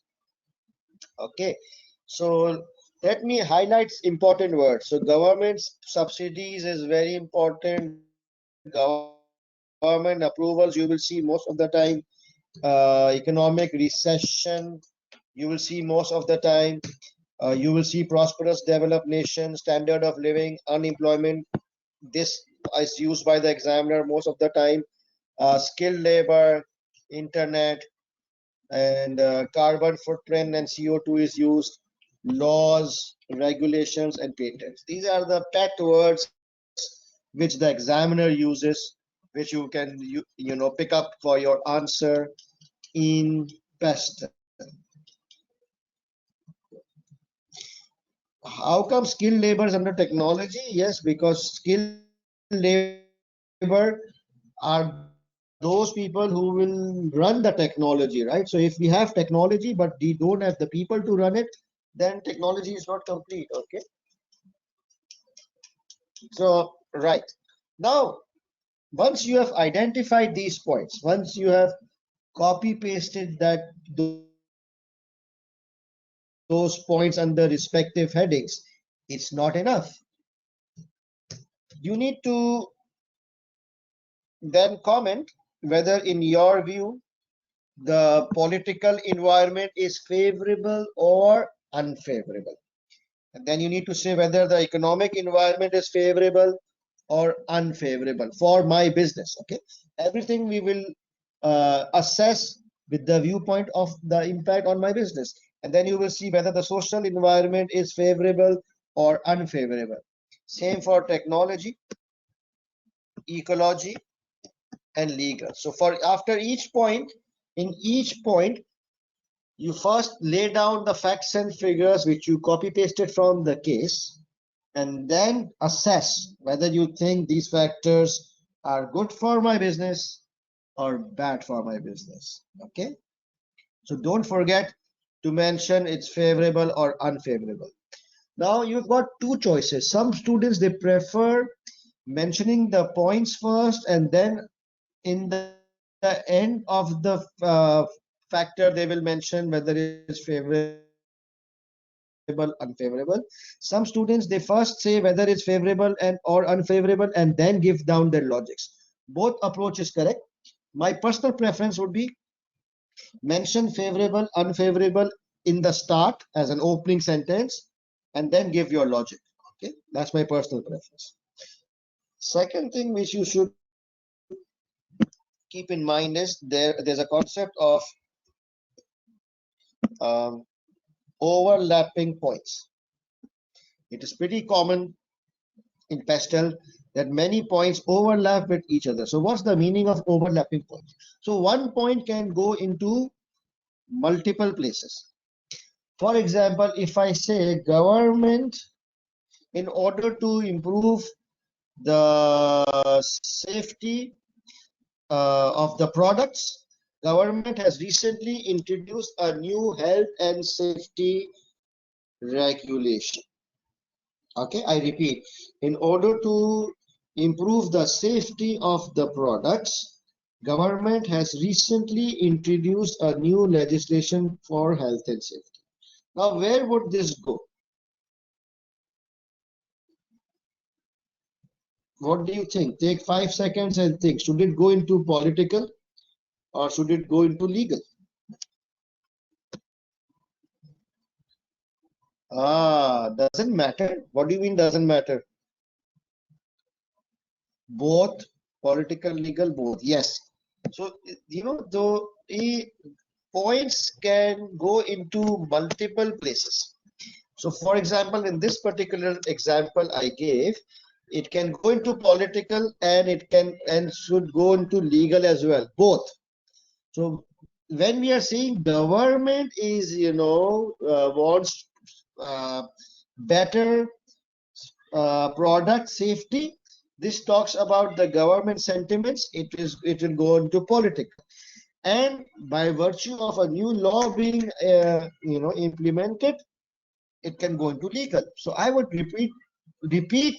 actually repeat this point under both the headings. It is perfectly fine to repeat points as long as the context, as long as the argument is different. Okay. So understood. So the main thing, if you want to score high in pastel, if you want to score high in pastel, you have to mention favorable, unfavorable for each of the points, each of the factors. Okay, let me check out questions.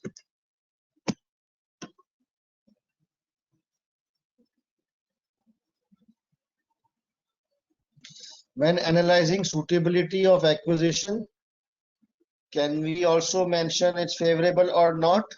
Yes, you can, but it is sometimes difficult to mention because there are both pros and cons, right? So you are not mature enough or experienced enough to mention rightly. Pastel is easier, SFA is difficult.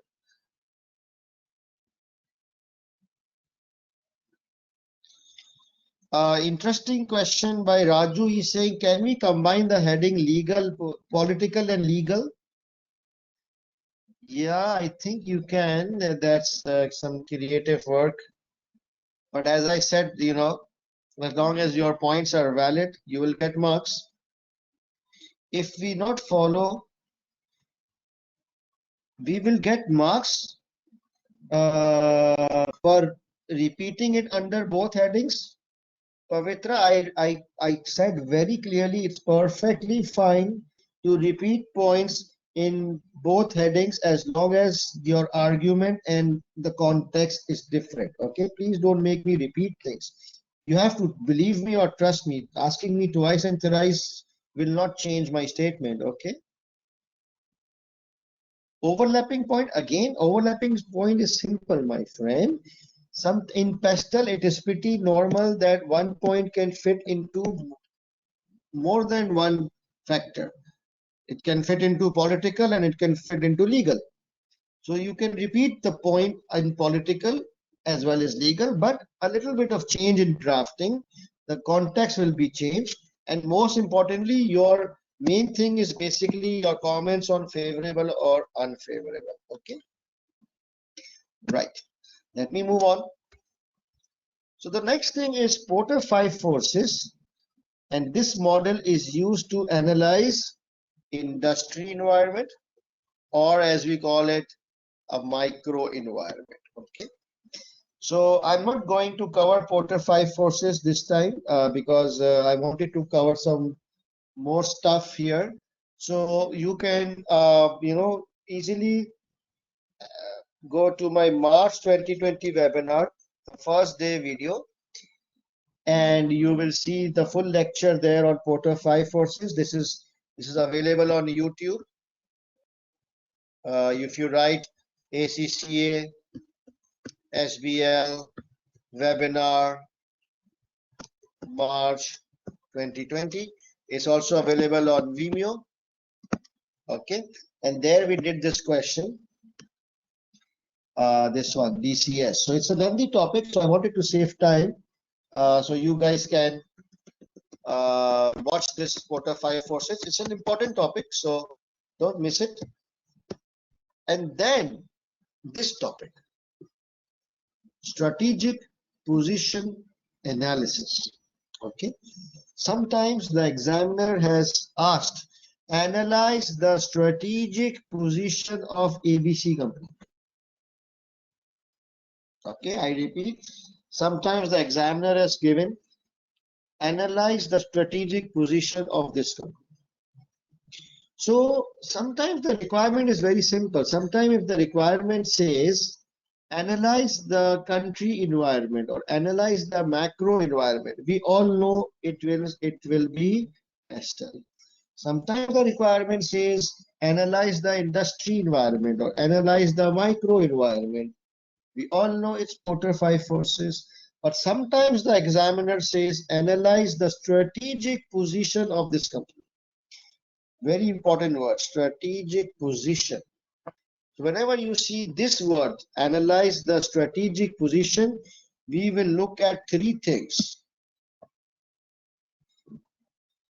three broad headings. We will do a pestle analysis. Okay. After that, we will do a Porter five forces analysis. And after that, we will give a broad heading called internal factors. So pestle, Porter 5, followed by internal factors. So these will be the three main aspects which you need to cover in your answer whenever you see the word strategic position. When we talk about, so when we talk about pestle, you all know that we will talk about the political, economic, social, techno, eco, legal.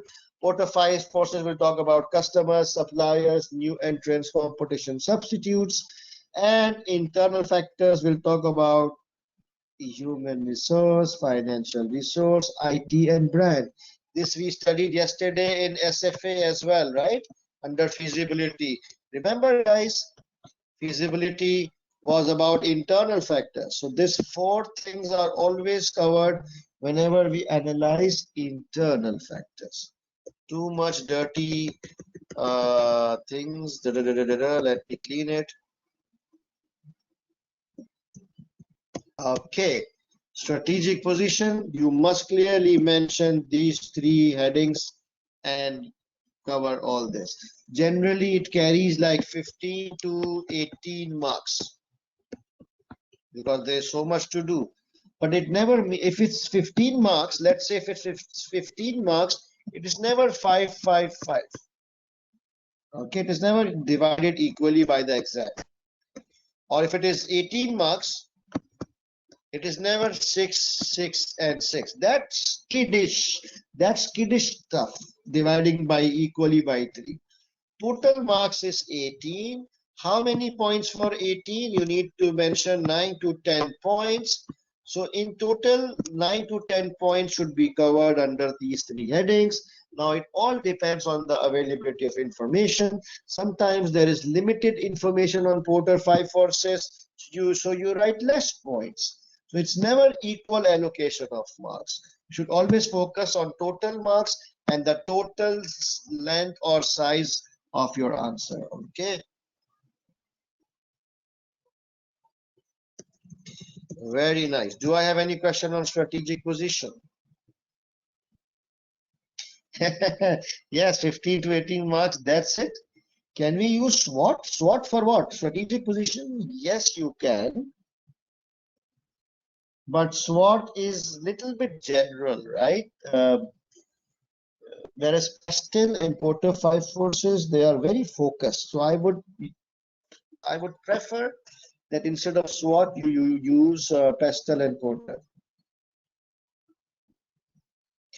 IT comes in pestle and internal factors. Oh, what's the difference? So IT comes in pestle and in internal factors too. So very simple. When we say IT under pestle, we talk about the country situation of IT, like availability of internet, availability of technology, availability of software programmers. And when we talk about IT under internal factors, we talk about our own IT department, our own IT expertise. Okay.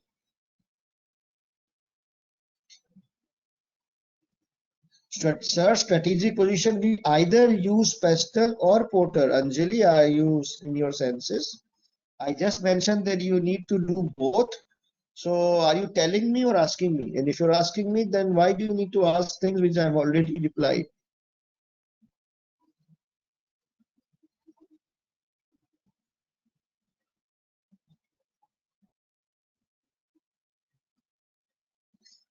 Please don't mention Porter Diamond and value chain. Yesterday, I had clearly told you guys SBL is not about models, models, models. Okay, just few basic models and that's it.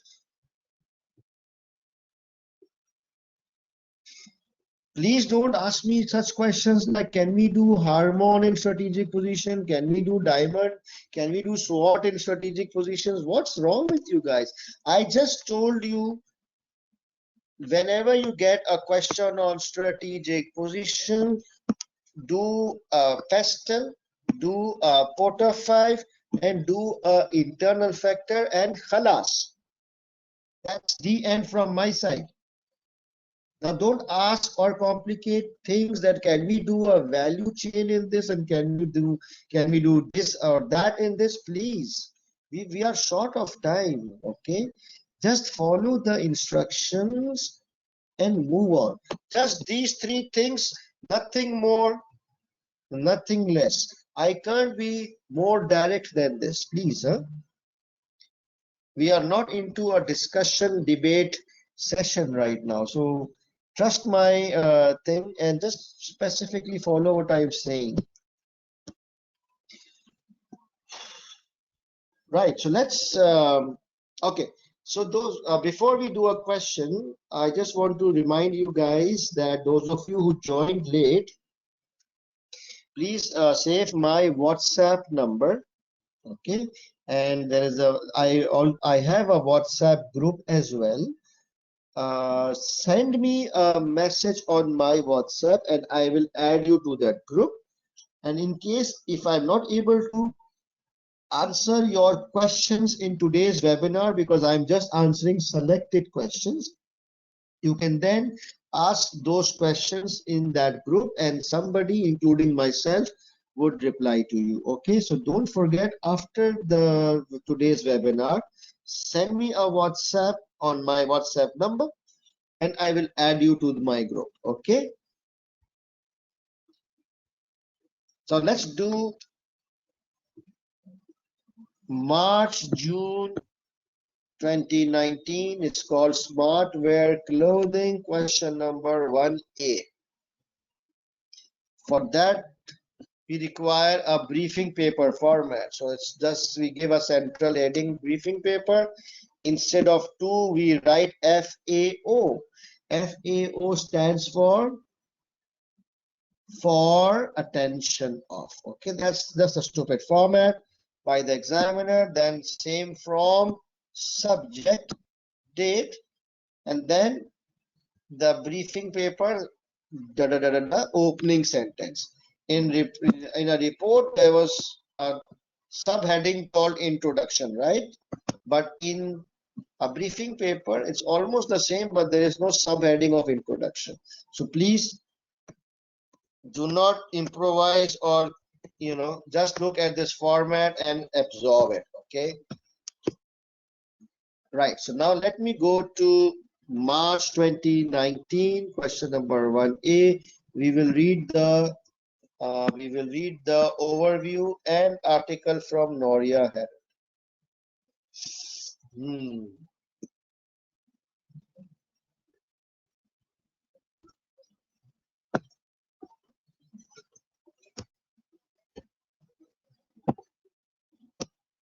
March 2019 resume. Okay, so let's first read the requirements. Question number 1A. I click on task.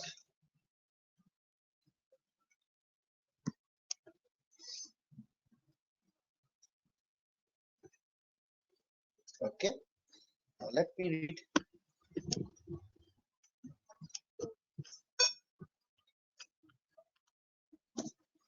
It is apparent that the downturn in smartware's performance can be part attributed to external factors beyond the company's control. Interesting. It means that smartware's performance has been deteriorating, and one of the reasons is attributed to external factors beyond the company. External factors could be economy, social, political, customers, competition, new entrant, substitute, anything. Okay, anything from Pestle or Porter. A recent national newspaper article further confirms that the economic situation in Noria has made trading conditions tough for business. Interesting.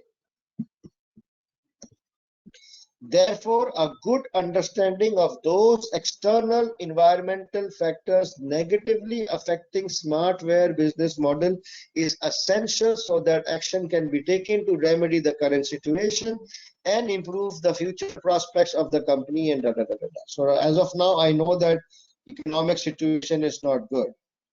The board of Smartware wants to fully understand how the general environment is impacting the company,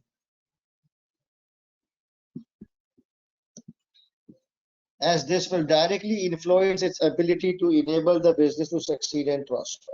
The board has asked you to brief the board on the issue for the next board meeting. Prepare a briefing paper to be presented at the next board meeting, which A, analyzes the environment in which smartware operates and consider how this might impact its business model, mission, and strategic goals.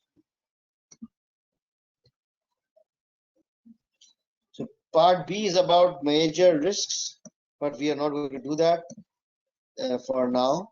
So today we will do analyze the environment in which smartware operates and consider how this might impact its business model, mission, and strategic goals.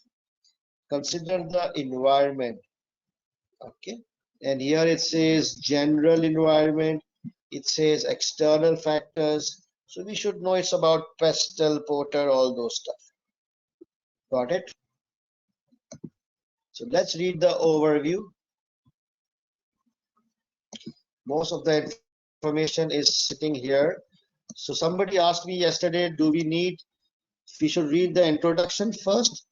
And I said no, because sometimes the answers are hidden in the introduction page. So let's read the requirement so that when we read introduction, we are able to identify any hidden answers. So we know that we are supposed to look for pastel, okay? Smartwear is a long-established clothing retailer in Noria, a highly developed Northern Europe country, which is currently in the middle of deep economic recession. So it's a highly developed Northern European country, highly developed, and in the middle of deep economic recession. Wow. It's developed, but currently it's facing an economic recession. The country is also experiencing political uncertainty because of its coalition government, who many influential commentators believe will not last for its full term of office. These two factors have contributed to record high levels of unemployment, low business confidence,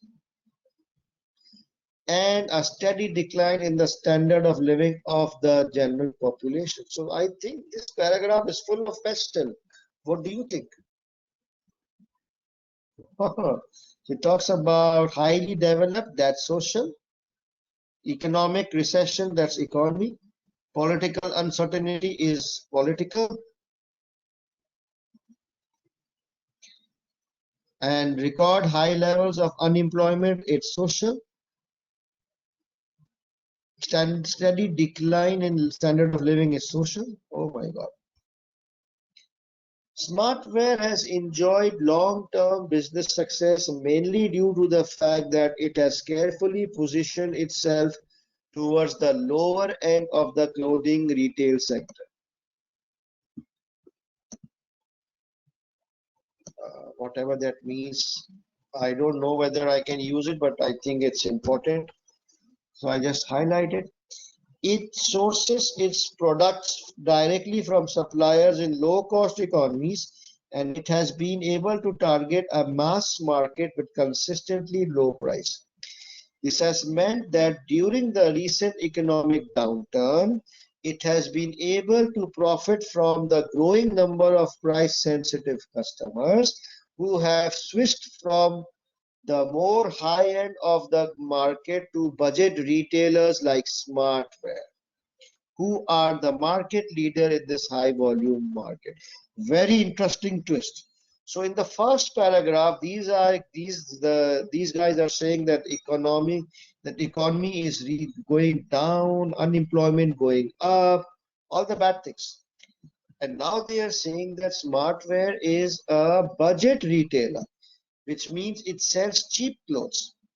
And because of the recent thing, you know, they actually benefited because many more customers are becoming price sensitive and moving from expensive brands to cheaper brands like Smartwear. So this has actually benefited, or can I say the F word? Favorable. You dirty minds. Favorable. Although the economy is not performing, but it is kind of, it went into their favor.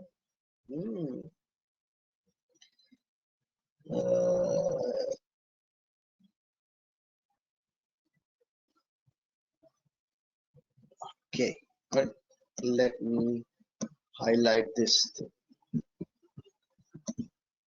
Smartware's long-term strategy has always been based on a low-cost, low-price business model, which is described through its mission and strategic goals. So low-cost, low-price business model.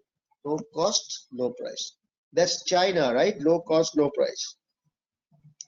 However, something bad is going to come.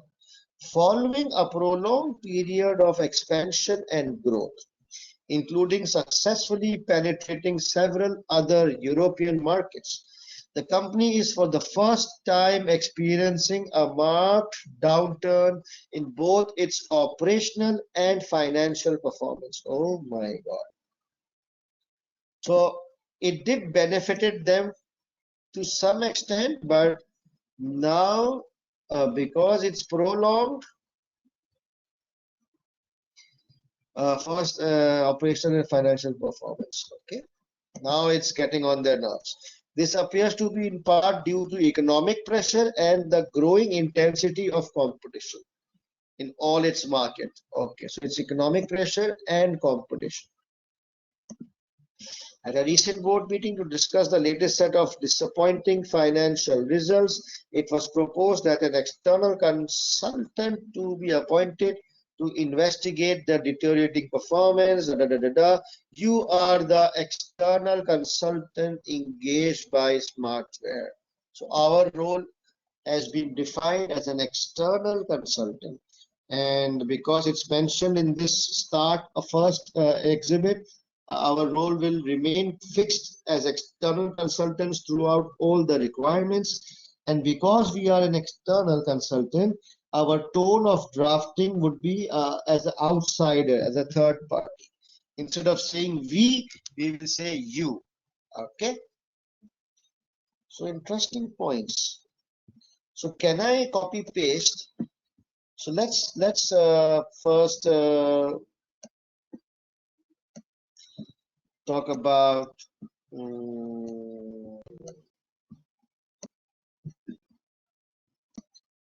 this is task 1A.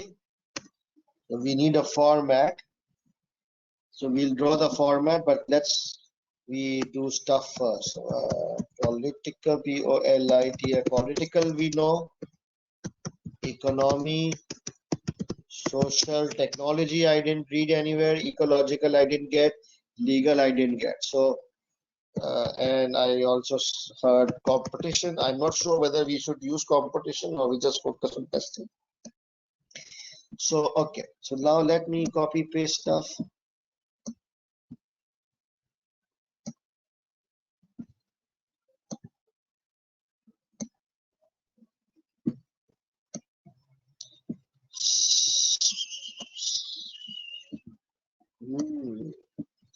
It's a Noria is a highly developed European country. Where will it go? It will go where? Social, okay. Currently in the middle of deep economic recession. Economy. Also experiencing political uncertainty, and it might not cover government, it will go on the political. Record high levels of unemployment and low business confidence and a steady decline in the standard of living. So both unemployment and standard of living is part of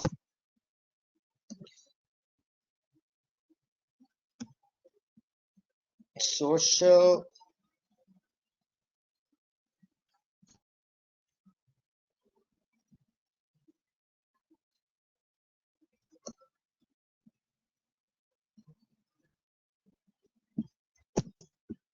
Again, something to do with the economy that, and then following a prolonged period of expansion, including the company's first time experiencing a marked downturn in performance.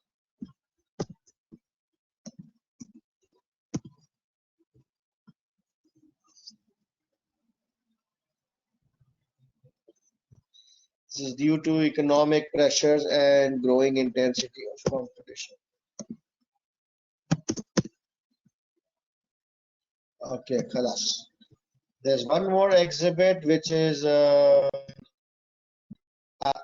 this one. Let's read that as well.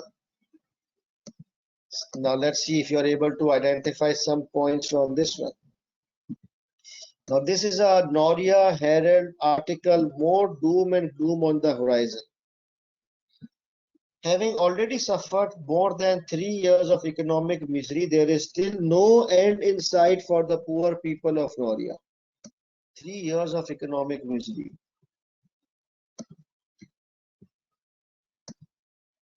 A recent report issued by the Finance Ministry has forecast negative economic growth, which in reality means further decline for Noria during the whole of this year and possibly beyond. It looks like COVID-19 situation, right? Forecast is also dark. Price inflation has been running at nearly 7%. Inflation 7%. But with stagnating economy, the central bank will be reluctant to raise interest rate. So with more than 8% of adult population currently unemployed and an austerity program imposed by the government because of reduced taxation, the prospects look bad. So 8% unemployed, and there's an austerity program because of reduced tax revenue. So I will just merge these points into the pastel points we already identified. The big question must be, are there any signs of economic recovery? Which a reporter from Noria asked Finance Minister at a press briefing, to which his reply was, so if we are able to successfully survive 2019 without any more important businesses going into liquidation or further heavy job losses, then it seems that an economic recovery may start early as next year. That is our expectation, but we have to wait and see. Okay, forget it. So now these lines, 3 years of economic misery, where will it go? Control C.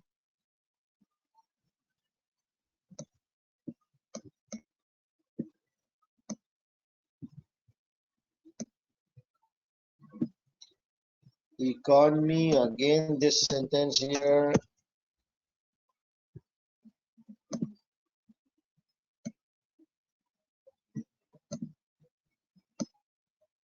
What's happening?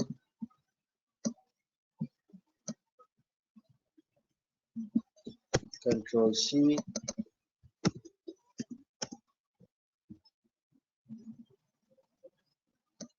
Forecast negative economic growth.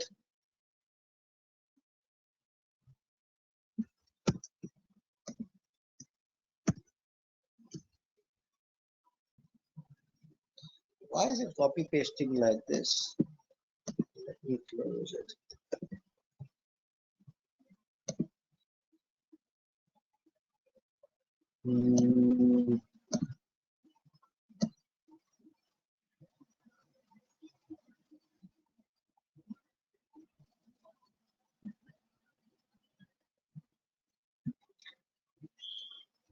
Price inflation 7%. Let me refresh.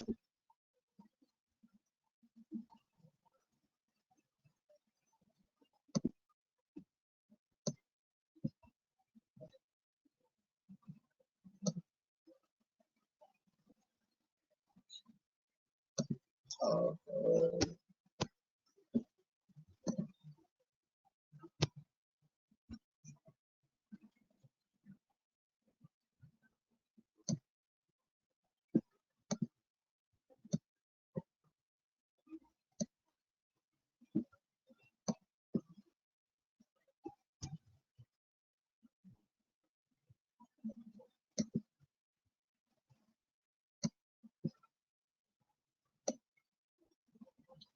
Oops, my highlighting is gone. I don't know why. Okay. Price inflation 7% for the over a year. Control C, Control V. Strange kind of copy pasting. 8% adult population unemployed. I will just say Control C.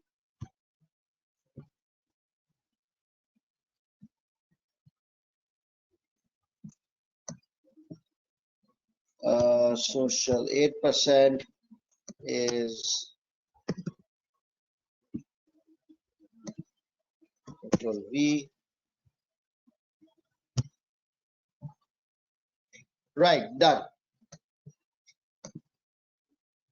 So you understood, Pastel, that how we identified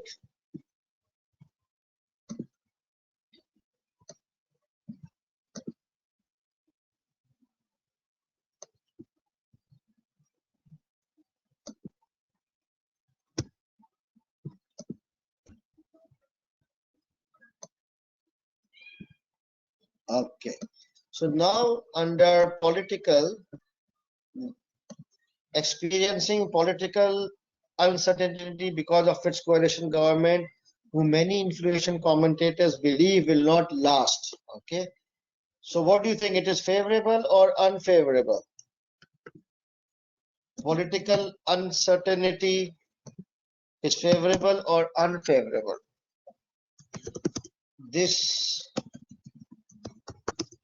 or we can say in the start, the political environment is unfavorable mainly because Noria is experiencing political uncertainty because of its coalition government, which may not last for its full term. Okay, it's unfavorable. Now my question is, what impact does this uncertain political environment have on my business? And the reason I'm asking is, if you read the requirements, there are two parts. One is saying analyze the environment, and then it says and consider how this might impact Smartware's business model, mission, or goals and goals. Okay. So if the political environment is unfavorable, how will this impact the businesses?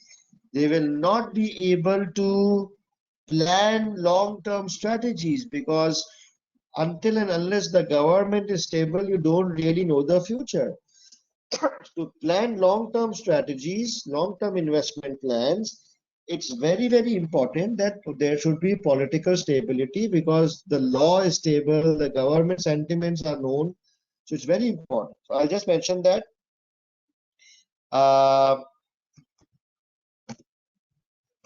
uncertain political environment makes it difficult or will make it difficult for Noria to plan long-term strategies. That's it. Economy, it says currently in the middle of deep recession. The companies for the first time in 3 years of economic misery. So I can merge, I can say currently Noria is in the middle of deep economic recession since last 3 years. Okay.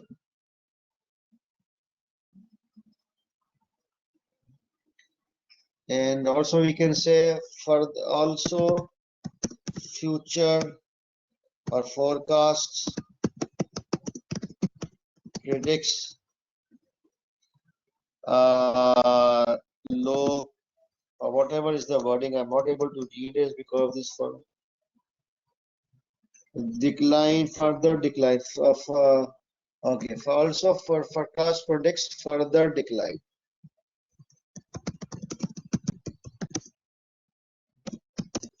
Inflation, was there something on inflation? Price inflation has been running very high.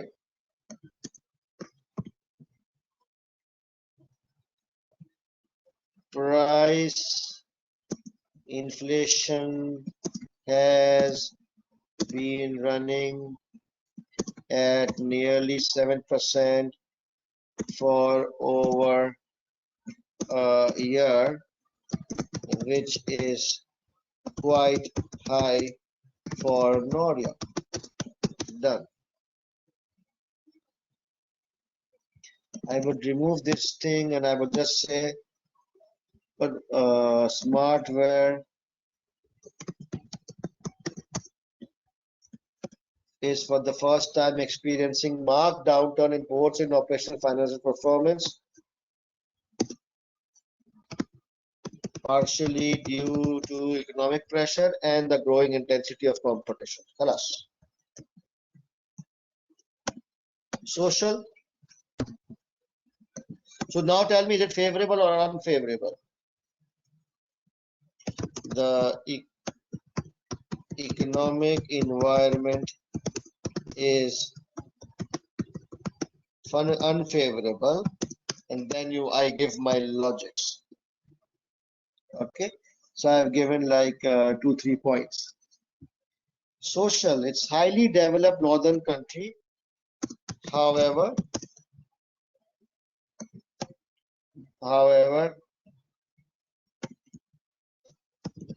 there is record high levels of unemployment, low business confidence, and a steady decline in the thing.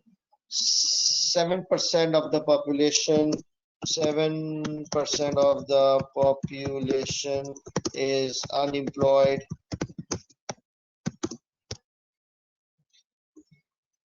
So favorable, unfavorable.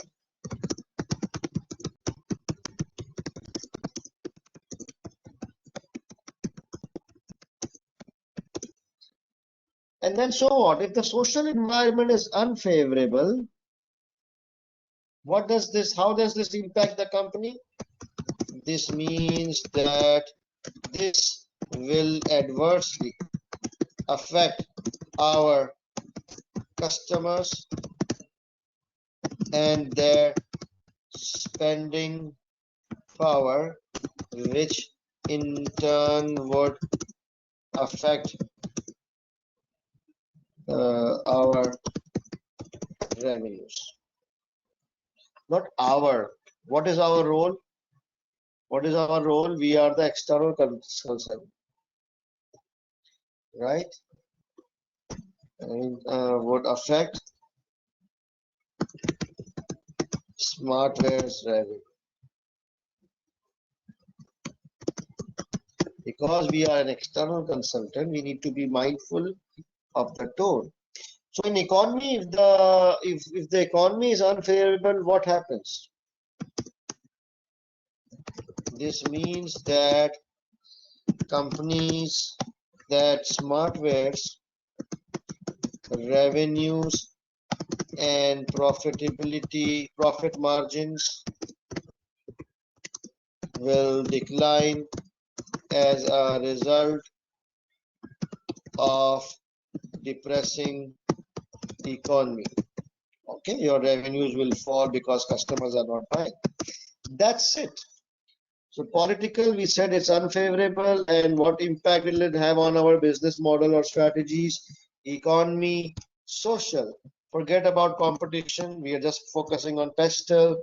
And what format is required? What format is required? Can anybody tell me?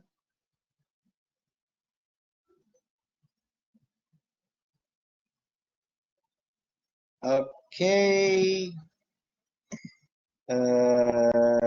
Briefing paper. I will copy this. Control C. I will paste briefing paper. B capital. P capital. Underline. Center. Format. Heading 1. FAO. It's, I think, board of directors. Which company? Because I'm an outsider, right? Smartware. From external consultant, date 8 September 2020. Subject I will pick from the requirements.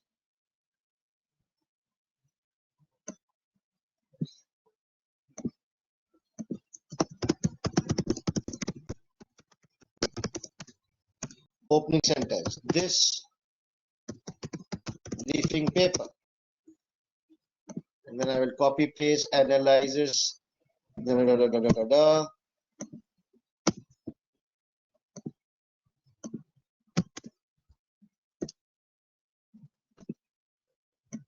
Done deal. See, format briefing paper FAO. Oh, let me format this as well. Heading 3.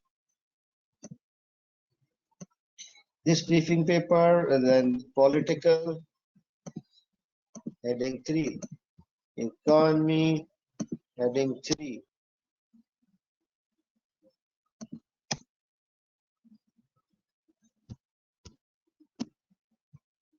Social. Heading 3. Done. So now, how does it look like if I look like this in the Word? Oh, it looks awesome.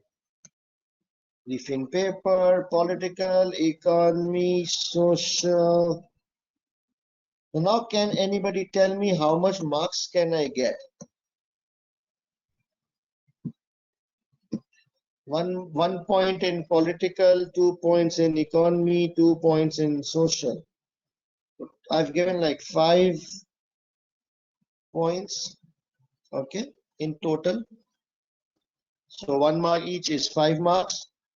Plus, what's the thing on the professional? I think there was no professional in this one. The professional marks is in this question is for part B. So nothing for, I think 5 to 6 marks.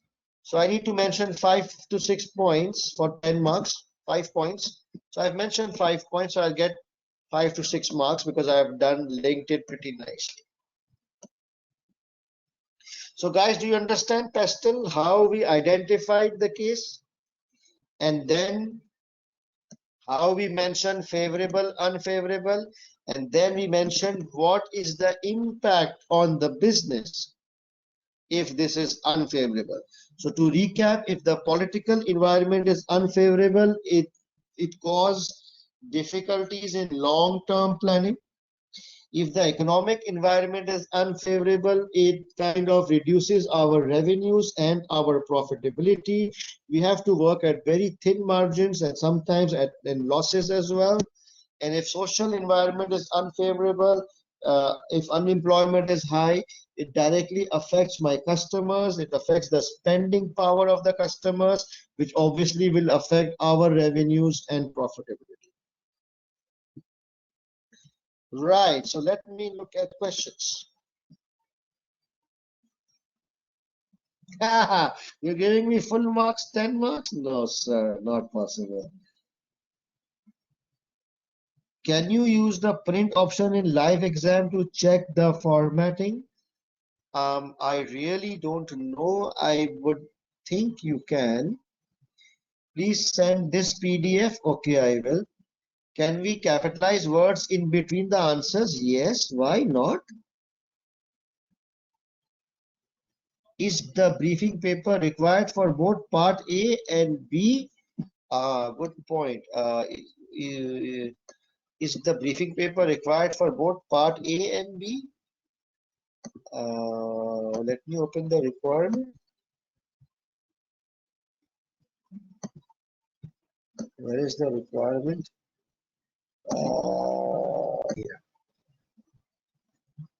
Yeah, you're right. So if the briefing paper is required for both part A and B.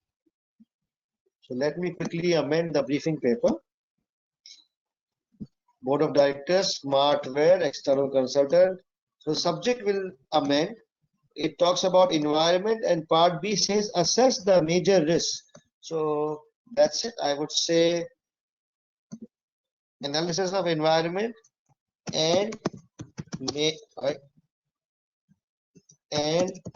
major risks. And this will change as well. And I'll just copy paste from here.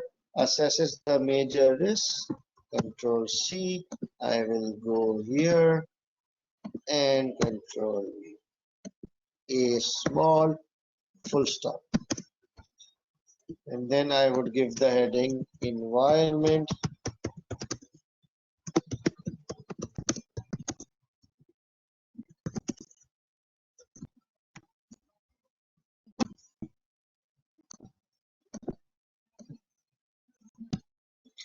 And then I will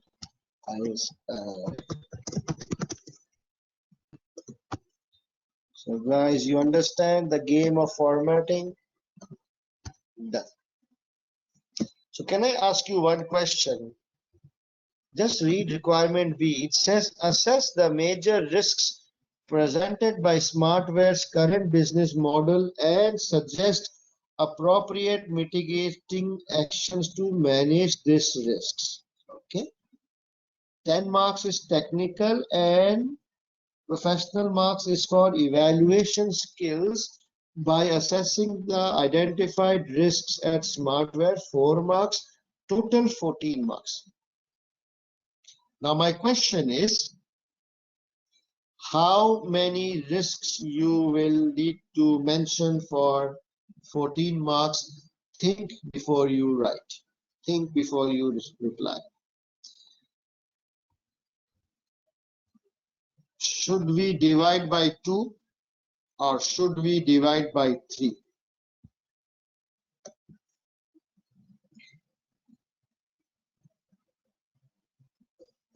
Very good. Why do we divide by 3? Because I mentioned in the start that if the question says identify risks and suggest appropriate mitigation actions, then these kind of questions you need to divide by 3. So 14, my maths is very weak. So 14 divided by 3 means how much?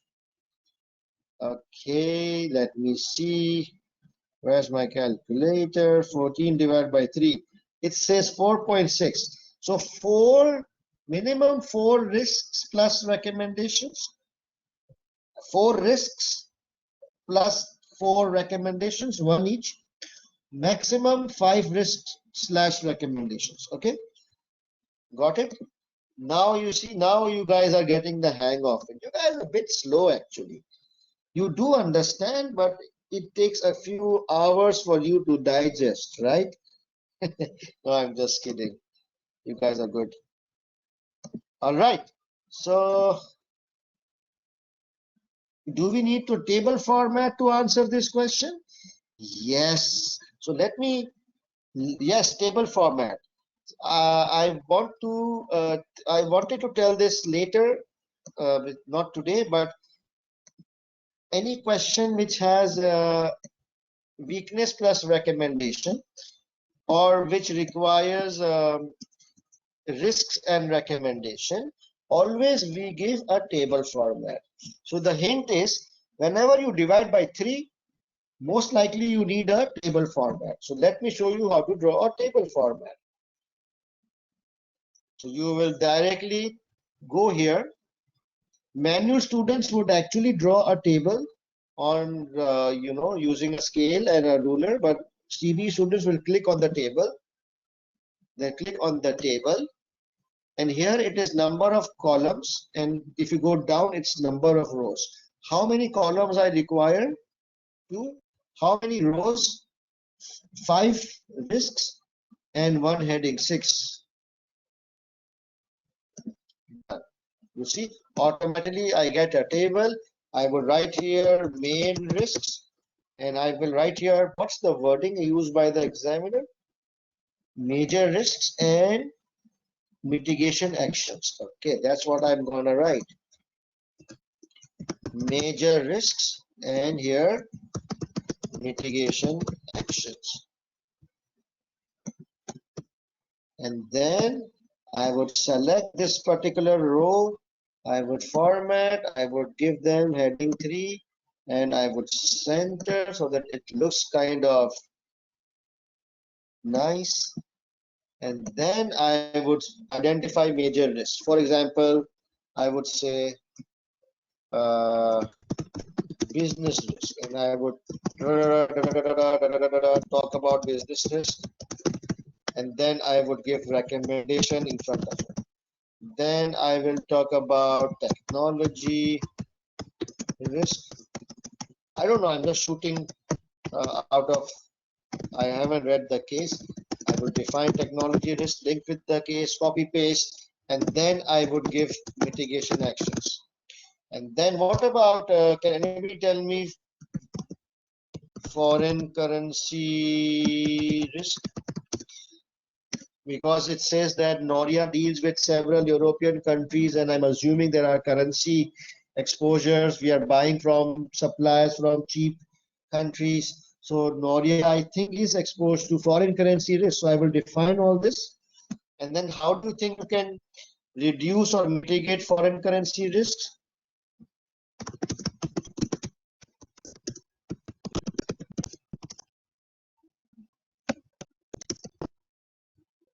How do you know?